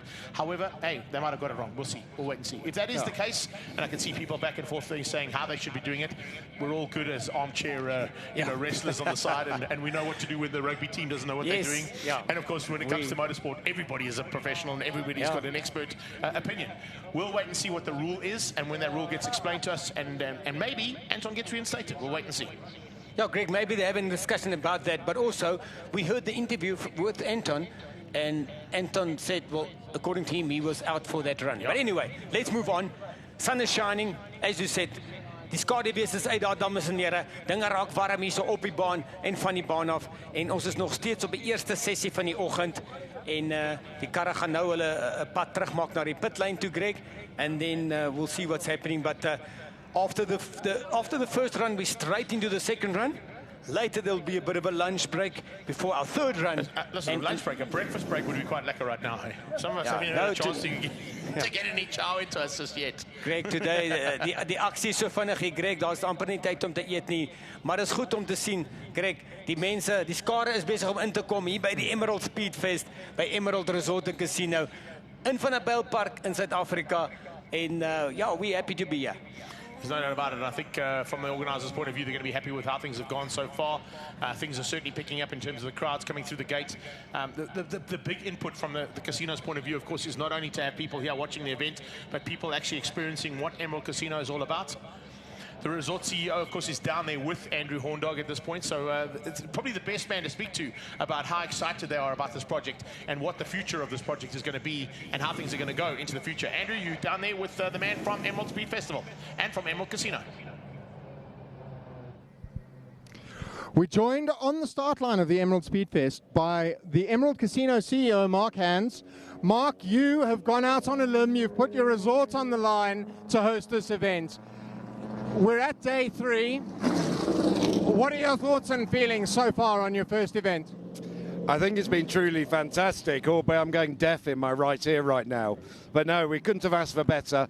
God smiled and given us the weather today. It's amazing cars, amazing drivers. Just couldn't be happier. I think, I think it's been a fantastic event. I think everybody's pulled together and made it really fantastic. The Master of the Mile later this afternoon, you're going to be sitting and watching? Yeah, cheering, watching, and buying beers from the VIP area, I imagine. Fantastic. Have you got lots of guests coming in? We've got about 200 of our VIPs from the casino. We're expecting about 5,000–6,000 people today, so it's all going to be great. Everybody I've spoken to said what a fantastic atmosphere it is. The dinner on Friday for the competitors was fantastic. And I'd like to say a big thank you to you guys for what you've done. Are we seeing the start of an annual event for Emerald? I'd really like to think so. I mean, putting Emerald back on the map and also reinvesting into this beautiful area of South Africa, the Vaal, is really important to us. So if we can get this done every year, we'll certainly be moving forward. That's absolutely fantastic. I want to thank you so much for talking to us and hosting this event. We'll catch up with you later. True pleasure. Look forward to it. Thank you very much. Guys, we're going to go back to Greg in the commentary box and find some more interviews for you down here. Thank you, Andrew, and thanks, Mark. Very much appreciated all the effort that's been put in from Emerald Casino's point of view and the resort's point of view. Remember, if you are here, there's lots of spectators in the house. Kobus Conradi apparently is also there as well, speaking about surely the spectators should be taken into account. That's exactly what they've been taken into account. You've got a chance there to be part and parcel of the event. You can see some of the best racers in the country doing what they do at an event like this, and you've got entertainment on the outside. There's a stage, there's a band, there's stalls and vendors that are out there. You've got the full use of the facility here. You can go to the casino, you can go to the games room, you can go down to the water park. It's one of the biggest water parks in the Southern Hemisphere here at Emerald Casino. So they certainly are looking after not only people that are here at the track, but of course, yes, we believe, you know, sometimes on the first kind of events like this, the rules have got to be looked at and how things work in terms of the format of the racing. Remember, Kobus Conradi, this is the first time. So they are going to be ironing out the little kinks. They're going to be making sure how things all work properly to ensure that we get it right over the next couple of years and long into the future. Yeah, Greg, just on Kobus Conradi's point there, I think what Kobus is saying, surely penalties is better than disqualification. Well, we'll get clarification on that, but also what we said, he was disqualified for that run. Yes. So we're not taking that car away from the spectators. He's still so, there. As Kobus luister, Kobus, onthou Kobus, daai kar, hy volgens ons het hy daai run verloor, hy tyd van hom tel nie, maar daai McLaren sal terug wees vir sy tweede run, Greg. Yeah, he will. And there, of course, he is. You know, this is what we're seeing. This is the run that we were talking about right now, you know, and as he goes down there, of course, unfortunately, what happens is he just gets in there a little bit too hot and clips the 2 cones, not 1, 2. So not only did he hit 1, he hit 2 cones. Back into race action now and back to live action out on track. The Odacure Porsche makes its way onto the circuit for the very first time. So hopefully we've negotiated a couple of the concerns and comments that are going out via our live Facebook feed. A big welcome to my queen. I think she's just joined us as well. Thank you, my queen, for joining us there. And welcome to the Emerald Speed Festival for anybody that has just joined us on our live Facebook feed as well as here at the Casino Resort. Ja, en Greg, dit is hoekom ons die live streaming doen. En baie dankie aan Kobus. En nou Kobus, ons kyk na elke comment, elke kommentaar wat die mense gee, Greg. And we obviously do look at it. And but back to action on track, yeah. Things are thick and fast over the finish line. Oh, there's the start. They wandered off the line there for the 155. Yeah, Richard that's delay. Just not quite. That's definitely not what I would do. Just getting it all wrong and completely out of shape. Yeah, that's the pressures of 3 runs today. So a bit of a problem there for Richard Delay on the start there. Maar ons gaan nou wag vir Johan de Bruin se tyd daar, so maar Richard Delay op die baan op die oomblik. En weer eens Kobus, dankie vir jou opmerkings daar en ons het definitief daar aandag daaraan gegee. Maar daar is hy, dames en heren, kom ons kyk.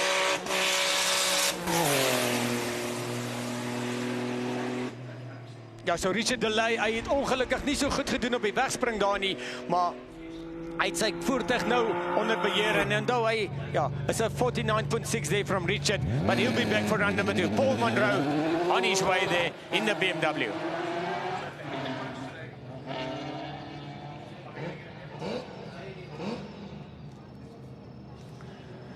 So daar is dit, dames en heren, hier by die Emerald Speed Fest, hier by die Emerald Resort en Casino.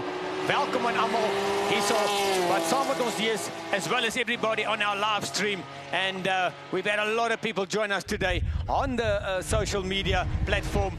At the moment, it is Paul Monroe on the course. Dry conditions here, so the times are coming down and the times are tumbling. But so far, it is Richard Roets quickest with a 35.4. 35.4. And I am going to tell you that the 37.1 of Antoine Cronier is going to be reinstated due to the fact that that rule only was applied for yesterday. And that was due to the fact that we were going to count all the runs. But of course, as you said, with the weather conditions coming in and the adjustments that had to be made, they've now made those adjustments, so the cones are no longer an issue. We are going to be watching for the hitting cones, and there may be penalties implied, but that'll be up to the COC. We're not going to get involved in all that action, though. What we are going to tell you, though, and for all the fans that are out there, the McLaren's back in. Okay, good stuff. And Antoine Cronier, if you can hear us, go and have a chat to Walter. He's just made you back in contention. Appreciate that, Wally. Okay, Greg, as Silvio, thanks for clarification there. And Wally Papas, he is the COC. But Silvio Scribante, second fastest, 37.1. I see Aldo's not there at the moment. I know Aldo and them had they had turbo issues initially yesterday, but then he had a gearbox problem. So those guys are still working hard there. But Greg, so just the final one on the cones now. So they are allowed to clip it, but now you must remember. they're allowed to hit them, but there may be a penalty incurred. So I'm not quite sure what the penalty is going to be on that time. It may be a 2-second penalty or whatever. That's up to Wally and the COCs and, of course, the race organisers and race control to sort out. What we're concerned about and what the viewers are concerned about and what the fans in the audience are concerned about is, yes, the McLaren is back in and he will not be given a null and void time for that. Although, that's a very hot lap time there from Rick Leroux, 37.2. Here is a massive contender. Franco with a #1 car. It's not the #1 for this event. Of course, it's the #1 for the Knysna Hill Climb. And this car, of course, is known as the Sheriff. Is the Sheriff going to clean up the town now here in Van der Bijl? Ja, Greg, so good stuff then. Kobus, ek hoop jy het gehoor daarso. Die McLaren is reinstated. But Greg, also, we must understand, well, that's up to the COC, but the guys can't just go out and just hit every cone now. No, exactly. That, you know, if you hit the cones because you're all gaining time, you're making that chicane shorter. But we'll get back to that. Franco out on course. Kom ons kyk wat sy tyd kan hy hier doen, Greg. Here he goes across the line, just 1 second, Gaz, as he goes across the line. Let's have a look and see what Franco's time was. Scribante 35.4. Wow, and it's Record Roets who's quicker. Record Roets stays at the top on a 35.405, a 35.430. 300ths of a second. 300ths of a second between the top two there, both of them in Nissan GTRs. As our next competitor, Paulo Loredo, also in the BMW. He's on circuit now. So dames en here, die aksie is besig om warm te word, die vuur warm. Richard Roets 35.4, Franco Scribante 35.430, 300ste van 'n sekonde. Greg, everything's happening here, and we're still into session #1. Oh man, alive, are we in for an epic battle Greg, today? kom ons kyk, Pieter Zili. Zili off the line in the M1 Toyota. It's a much better start from him. Good traction off the line. That's what he needs. Looking at the way things lined up there as well. Paulo Loredo, 37.1. Silvio Scribante, 37.1. Rick Leroux, 37.2. How tight would you like it? First two are in the same second. 3, 4, and 5 in the same second. 5, 6, and 7. Sorry, 6, 7, and 8 in the same second. It's so close. This is mind-blowing. I'm loving it. So Greg, en ek dink as ek vinnig daar kyk, ek dink Kobus Conradie uit ons gesê Shanana. So hy's gelukkig en ons en dit is wat ons doen. Remember, we only work with information we have, but we try and give the people as much information as we can. But the great thing about the social media interaction is we can, you know, we can listen to comments. There's Franco de Matteo, Greg, daar in die hy's in die Jaguar. It's a V8. It's one of the Mobile 1 V8s that he competes in the Mobile V8 1 series. Mobile 1 V8 series. So Franco's there. Franco, obviously dry conditions is better for him. But yesterday, even in the wet, he said, this is what it is, and I'm going to go out there. Greg, also remember, we can't control the weather, and we're only session 1. What happens maybe session number 3 if it rains? And you know, if it does rain, but these people, that's why some of these guys were actually clever yesterday. They did go out in the wet. And see what you it's like. have to see what it is like. You can't just hope and pray for dry. If it's wet later, it is the same for everybody. For sure. En dis dieselfde vir almal. Maar daar sê Greg, kom ons kyk gou. Franco de Matteo, hy's 4de daar. Pieter Zili 35.6. Franco 36.6. So Greg, look at the top three top there. Three in the same second. We're talking 2/10 there. 2/10 of a second between the top three in this category. That is absolutely mind-blowing. If we bring in, of course, a couple of the other category cars that are in there too, Courtney Nickel is going to be a big contender. We just got to watch out on our screen there. Just a heads up on our guys. Yeah, there we go. Thanks, guys. There you go. 35.405. That is record routes. Franco Scribanti 35.430. Peter Zidi 35.609.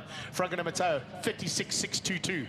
37.1, 37.1, 37.2 for Leroy Scribanti Leroy. That's Paolo Silvio Rick. Then you got Marius Jacobs. Then you got Johan de Bruin. Then Paul Monroe. Oh, man, are we in for it. And if we chuck in Courtney Nickel, he's going to be sitting in the top 10. He's in a 39.1, which means he's going to put him just behind Paul Monroe and in contention for the top 10 shootout. Ja, so Greg, kom ons miskien net gou weer vir die mense verduidelik. Ja, at the moment, the different classes, they've got 3 runs for the day. That will count to your overall class position, first, second, and third. Then there is a top 10 shootout at the end of the day, the master of the mile, we call it, and that is your fastest individual time of the day. Will put you into that race, the top 10 guys, but when they get there, it is everybody reset button, and the fastest guy on the last run of the day, it will be your master of the mile, and remember, winner.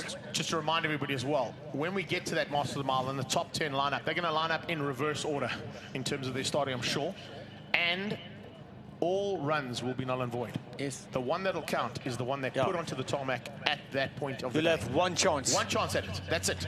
One chance. For those of us, it's almost, it's a one chance. It's a super pole type effort, but it's a one last run. Just jumping in there, we've got Angelo supporting the Italian stallion there. Of course, that, is Franco de Mateo. Kwame McQueen has joined us as well. He's a big Record Roots fan. Howard Dunn, yes, we did mention the fact that the BB GTR is not here. And due to the fact that he broke, I think, some issues on the car in some test runs he was doing, I think at Swartkops, in fact, during the week. And that's why, unfortunately, Valhalla Bart is not here, Howard Dunn. So apologies for that. Not our problem, not our fault. He just had some issues on the car. And I think he's going to probably be just developing that car, getting it ready for Knysna Hill Climb, which happens in a couple of weeks' time. So that's how it goes. Yeah, Greg, I saw Willem yesterday and I said, how's it? Yeah, he did enter, but he had to withdraw. So just to let that person know there. But thanks for all the comments on our social media page. Maar daar sê maar vir almal wat hier by ons is, al die van Nerbeilpark mense, but I'm sure they came from Vereniging 3 Riviere, Greg. And remember, we've got our other circuit here, Midvaal, not too far away. So we do have a lot of motorsport enthusiasts in this part of the world as well. It's great to have them all here, and a big thanks to everybody for joining us, not only here live at Emerald Casino Complex, and looking forward to the action throughout this day, but also taking into account that we're going straight into, of course, racing back-to-back. 3 rounds to count towards what is going to be the Master of the Mile later on this afternoon here at the Emerald Speed Festival at Emerald Casino and Resort. And remember, this, of course, is the first outing for this event. It's just going to get bigger and better throughout the day and throughout the years running into the future. And, of course, with the likes of Mesa Frankfurt and the Emerald Casino Resort behind it, it's just going to grow. Very similar to what we saw in terms of Festival of Motoring and how big that event's got at Kyalami.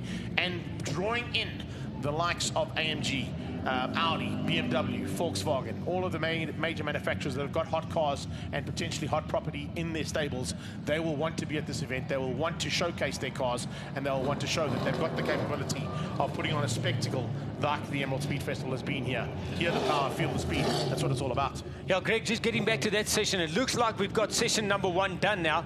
But just getting back to the modified saloons and the supercars there, pity that we didn't see Aldo Scribante, the brother of Silvio. Remember, Silvio is in a supercharged Audi. Yes. Aldo is in the turbocharged. And yesterday when I spoke to them, yes. So they were definitely looking for rain. Aldo did, but Aldo had problems with it. He couldn't get his turbo. It's a twin-scroll turbo. Yep. They couldn't get the turbo 100% functioning. But I think in run number 3, the turbo was working, but then he had a gearbox problem. But also, I saw on their social media feed that the mechanics was working through the night, but he didn't make that run, so maybe there was still an issue on the gearbox. But we'll try, and it's a pity for Aldo.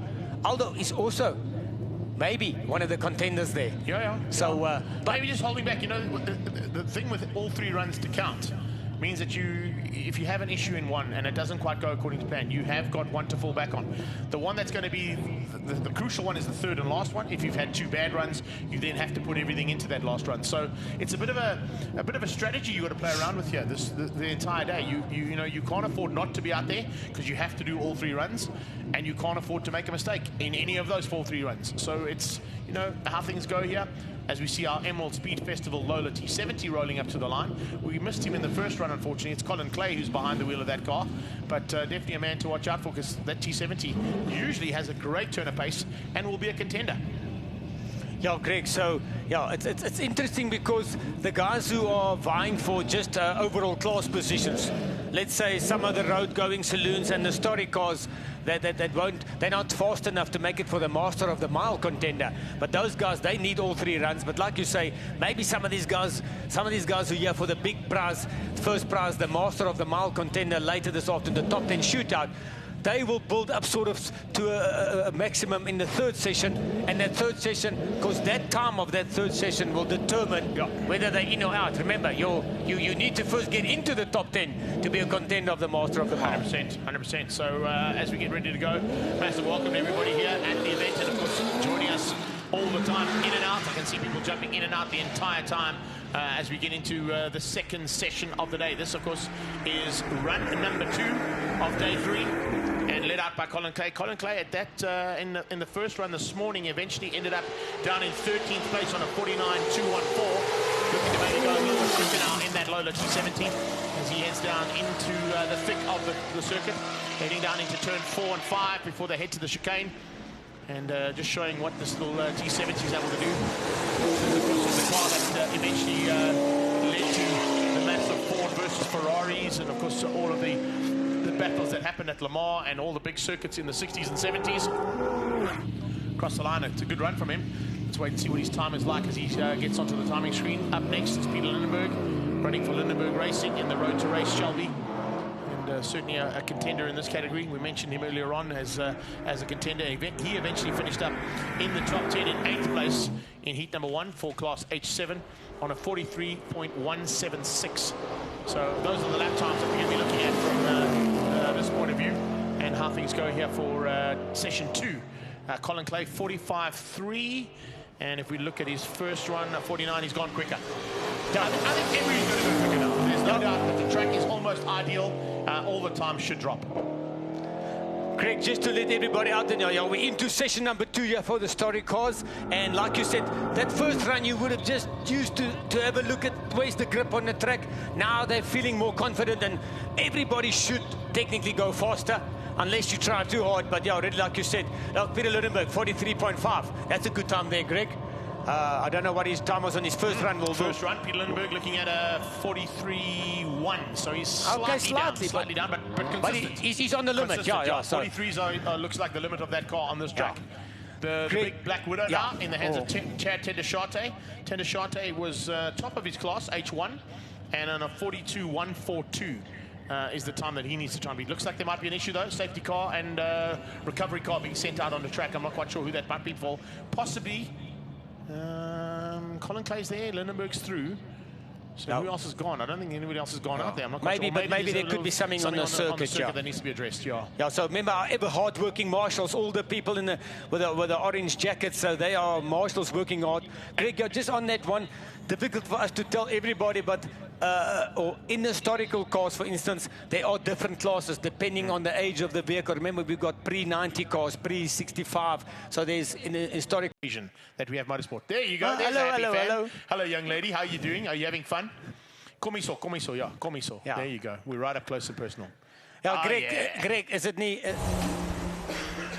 Greg, dis vir my wonderlik om te sien as die kinders hier so is en hulle geniet dit. So dis wat ons wil sien, en ja, daai klein jong dametjie daar, sy is baie gelukkig en bly om hier te wees. And as we see the Marshall truck, looks like whatever the problem was, they quickly just went and had a look. Fortunately, it's not like the Marshall truck in Cape Town, which is the second fastest car to ever go around the Killarney racetrack. And there we go. Have a look at some more of the spectators. That's great. As Chad is off in the Black Widow. Maar daar's dit dames en here, welkom hierso vir almal wat hier is by die Emerald Speed Fest saam met ons.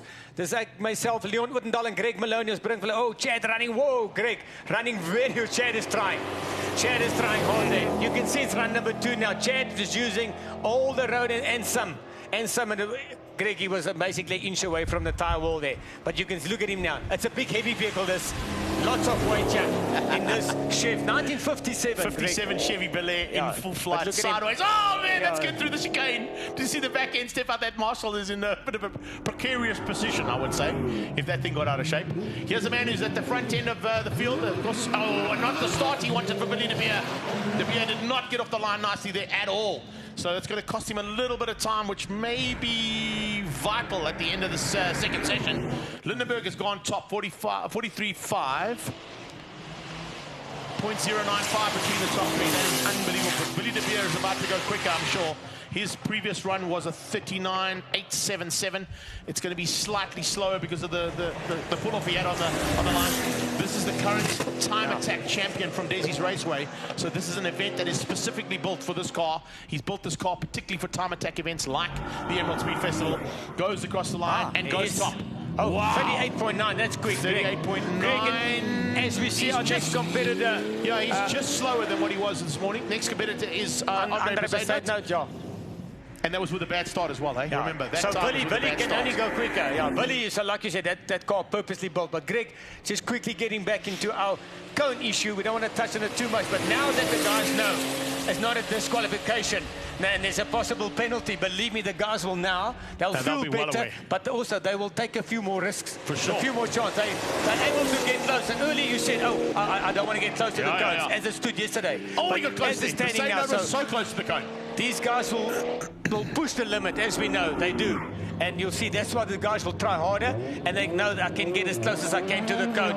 Make it chicane shorter, but there we go. As straight line as possible through that chicane is what you want to do. As he heads down there, that is Jackie Schechter making another run and an attempt at this one. Speaking of some of the comments that are coming in there, a lot of guys wanted to know what the Fire 2's time was. Maybe Dave Blank can find out for us what Fire 2's time was from start to finish. Was he in contention for the top 10? I think he may have been. We're not sure on that one, yeah. But anyway, Billy De Beer pushing hard, as you can see. And all of these guys are pushing it to the limit now. Andre Besaidnout's previous time was a 40.396. Just waiting for his time to come up there. Has he gone quicker as well? It looks like he may have. Yes, he's gone quickest overall. 38.315 for Besaidnout in Team Perfect Circles RSR. That is an incredible time. And in fact, will put him second quickest of this class for the day so far.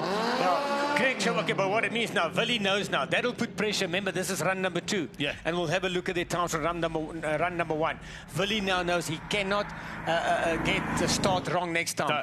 Willie, because if we look at it, 0.6 of a second, that start, I say that could cost him half a second maybe. So it's going to be close there. Andre won't be very happy. It would have been the difference between that 0.9 that you're seeing on the screen there for Willie De Beer and maybe a 37.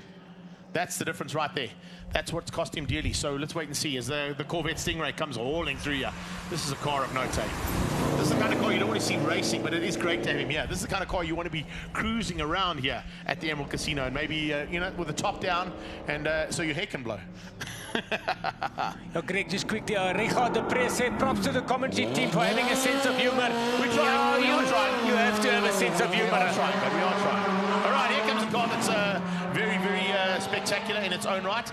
Paolo Piazzamusso's car, this Zach Speed Ford Escort, of course, has not only participated here at the Emerald Speed Festival, it was invited last year to be part of Goodwood's Speed Festival. So this is a really incredible car.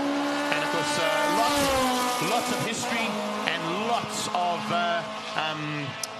what do we call it, race heritage in this particular category and in this particular car as well. Ja, dan sê Greg, soos ek sê, die sonnetjie, ons kan nou even voel hier binne in ons tent, waar ons sit hier so, en ons kommentaar ook, dit raak nou lekker warm hier so, en dinge gebeur. Ons is bezig met sessie nummer 2 vir die historical karre, en daar's Oliver Broom nou. Oliver Broom was a little bit tentative off the line there, but he's also enjoying his time here at Emerald Speed Fest, Greg.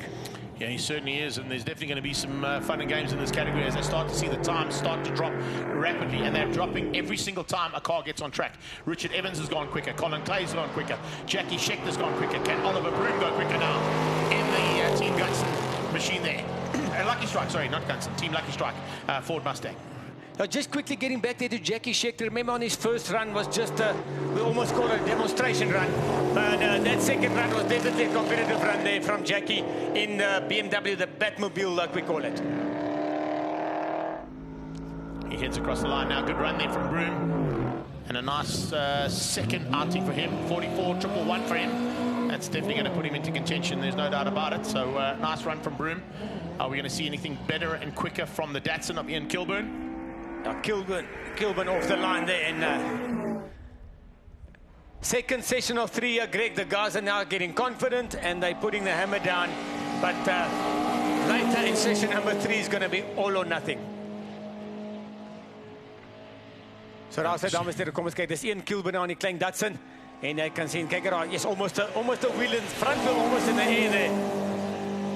It's kind of what he does on the racetrack when he's racing in the historic tour around the country. So certainly a car that knows what to do on a racetrack and very competitive in amongst the other Datsuns and Toyotas and Fords that it runs against.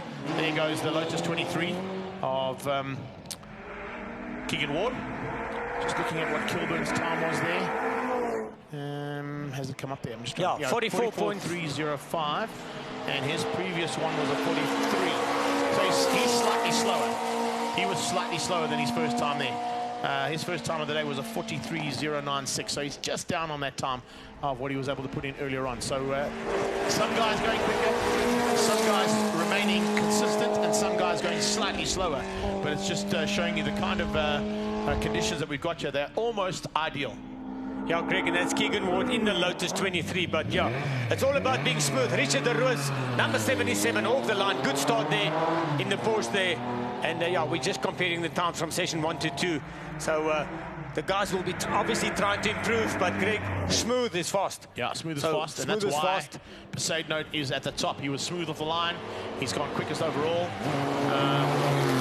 It doesn't look like, according to what I'm seeing there, are we going to see Scribunti lining up again? I don't see him on the list there, but there he is. I'm sorry, I beg your pardon, I just missed his name.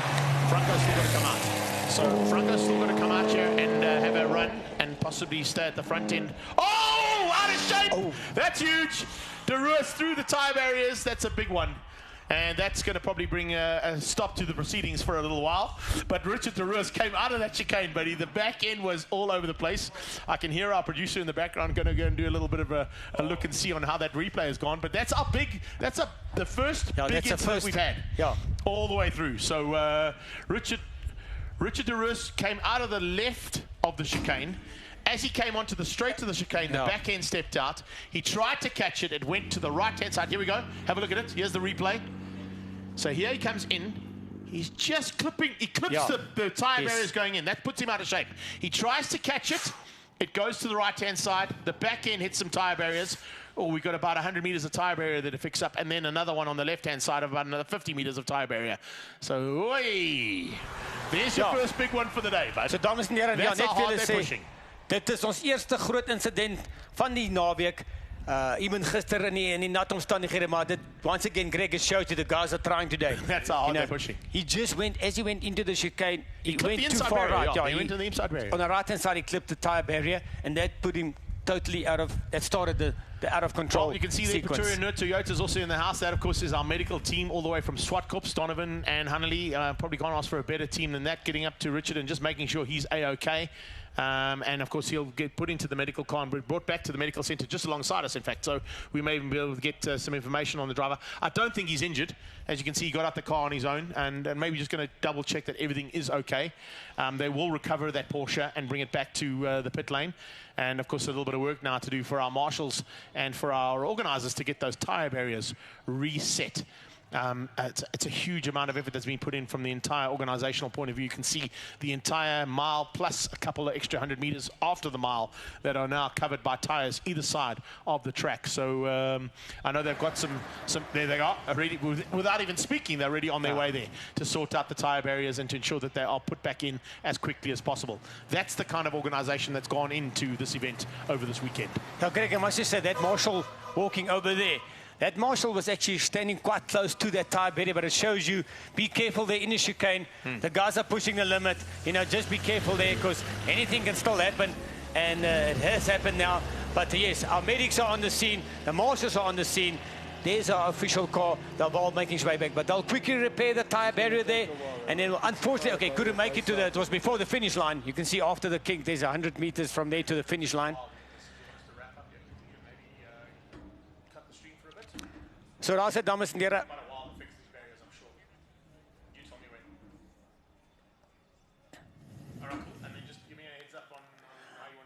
Daar say some more of the spectators just having a look-see. Yeah, they probably watching the big screen like that, and they're seeing themselves on the big screen. Wave, guys, you're on the big screen. You can make lots of noise now. Yes, we are picking up on you guys. How's it going? Hello, Thanks for hello. being here for us. I say, hello. Hello, how are you? There's the youngsters too. You guys can make lots of noise. Come on now, don't be scared. Hello, guys. Well, there you can see the repair work that's going to have to be done at the bottom end of the circuit, and that's just before the finish line. So, actually, to be honest with you, the clock's still running for De Roos's time here. He hasn't crossed the barrier. But Greg, just on that point, remember, he better just run something with a transponder across the finish line to finish the run. Earlier on, remember this morning I said to the spectators, guys, make your way down there to the chicane.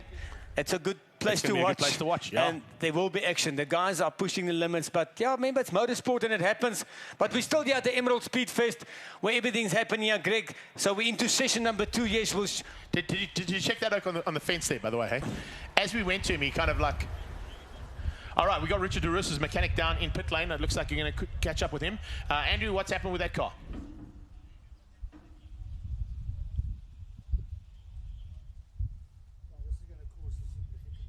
Yeah, because they've got to fix both sides. They have an hour lunch break. So well, it's not basically 11.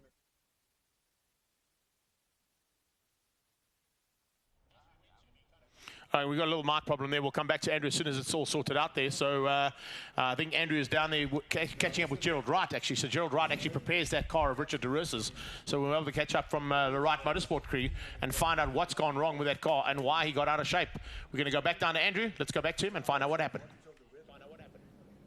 I'm joined here by Gerald Wright, who prepares Richard De Roos's car that unfortunately has just gone off. We believe Richard is okay, which is the most important thing. That looked like a big hit, Gerald. What are your thoughts? Yeah, early morning run. The car didn't take, the tire didn't take the horsepower. It looked like he spun the back up and turned it around and went through the tire barrier. But yeah, like you said, at least he's okay. I spoke to him now. He's fine. He says the car's hurt though. That's that classic 911 tail whip on there that's caught him out, I think. Parts for those cars, easy to find or not so good? Yeah, the pendulum effect is bad on these cars. Yeah, look, there is stuff available. You just don't know where to find it and stuff like that. But it's a sad day, you know. It's a special little car, that. Very special little car. I mean, we've all watched it for the last couple of years, and he does it justice. And Richard is so enthusiastic. It's not nice to see it damaged, and I think everybody wants to see that thing running the rest of the day. But yeah, main thing is he's okay. Yeah, for sure. I'm just watching the replay on the TV now. Hit it in and out both sides. Geez, that's bigger. Ooh. And then farming. At least there are no big pavements on that side, which helps a little bit, because I think one of these big curbstones would have made it a million times worse. Yeah, I just hope it didn't rip everything off it. Richard said it's hurt, but let's see when it gets back. But he's fine. Back, and he's had a chance to settle down. I think back to Greg for the time being, and we'll look around for some more for you guys. Awesome stuff, Andy. Thanks for catching up there with Gerald Wright. I know he's got a couple of cars that are in contention here today, but yeah, always a sad day to see a nice little Porsche like that be thrown into the side. Just once again, testament to how these guys are pushing the cars to the limits and probably a little bit over them, but that's what you have to do if you want to be in contention here at the Emerald Speed Festival. All right, so ladies and gents, as you can see, we've got a little bit of work to be done there by our marshals and, of course, the track contenders. And once that's all sorted out, we will be back with our live feed back here on Facebook and via the Emerald Speed Festival channel, as well as via ILEB, all courtesy of incredible effort being put in here by our production team. So we'll be back shortly with more action here from the Emerald Speed Festival. Well, okay, let me put it. I don't know all the ins and outs because